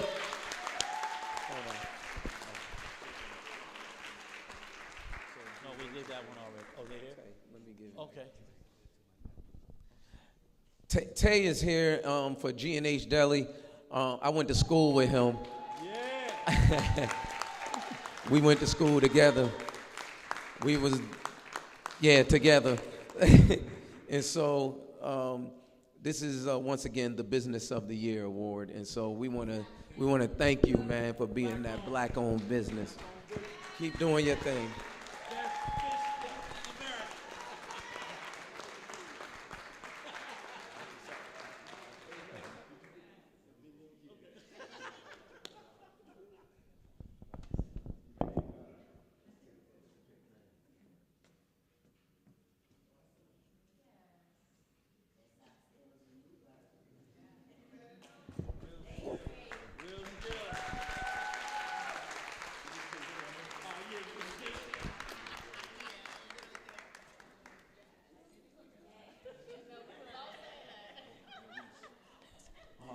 Yeah, I have to do this one.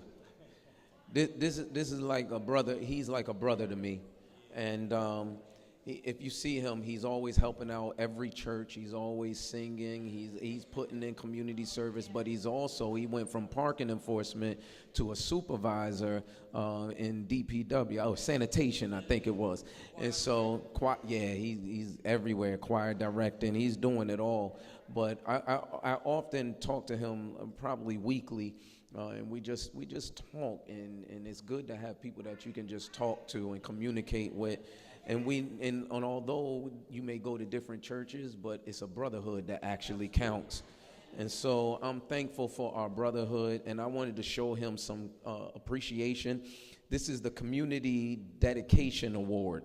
And so in appreciation of your devoted service to the community, the City of Newburgh government, and local religious institutions, for over 30 years, your unwavering dedication and commitment to service has made a lasting and meaningful impact on the lives of countless residents. Your positive influence, faith-based leadership, and civic involvement has helped strengthen the foundation of our city.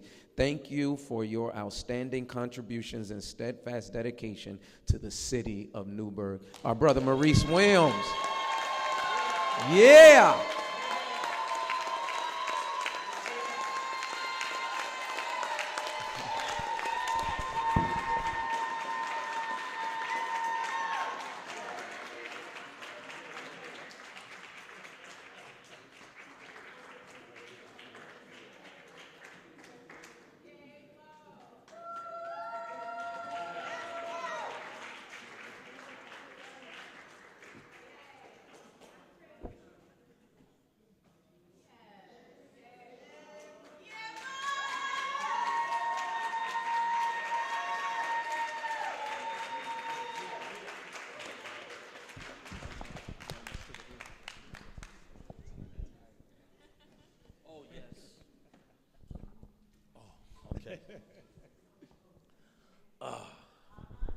I'm gonna try to keep my composure. And in the theater, we call it a dramatic pause, because this one is very special to me.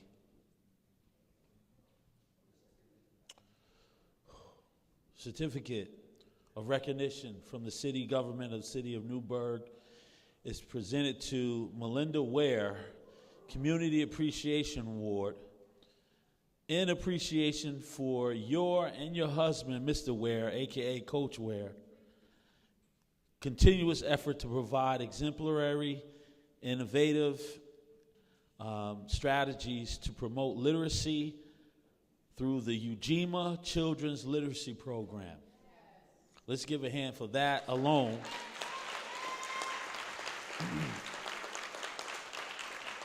For the past 3 years, your dedication and encouragement, the development and implementation of creative methods for advancing literacy while promoting the dissemination of the most successful practices for our community.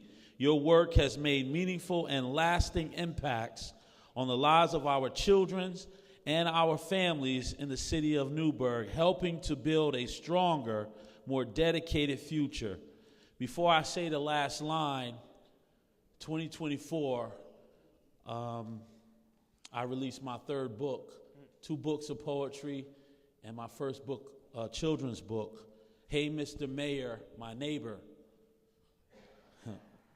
The only person that invited me, now I'm 26 years teaching history and counting in Newburgh Free Academy, but the only person that invited me to participate with my children's book to the kids in the city of Newburgh was Melinda Ware and her Ujima Children's Literacy Program at the Newburgh Free Library.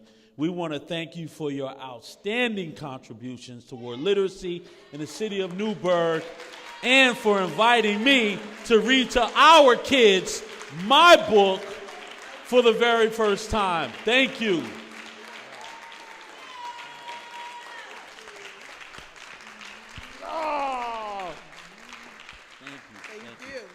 Come in the middle.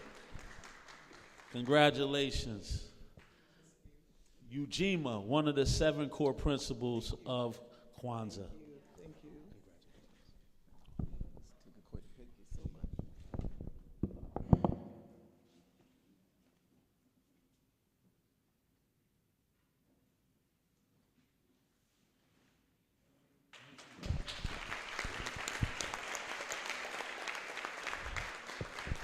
Thank you, everybody, for coming out. I want to thank our chair, Democratic chair was here. Also, Miss Deborah Danzy, who plays a role in everybody's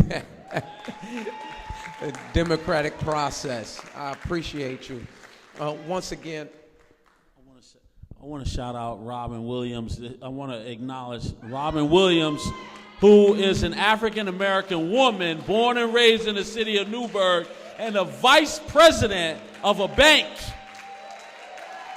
for years. Vice president of a bank. So when we talk about financial literacy, we want to recognize Robin Williams and all her work as an executive in the banking industry.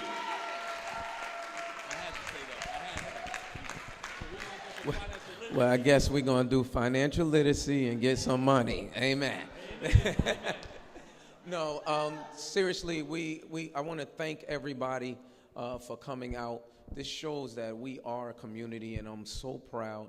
I want to thank our guest on today and his lovely wife. Thank you, Dr. Yusef Salaam. I'm going to ask the council members and myself to step out so the McLymore family and Dr. Salaam's wife can have a family photo together. If we could get the McLymores, because that's an important picture. That's the money shot, if you don't mind.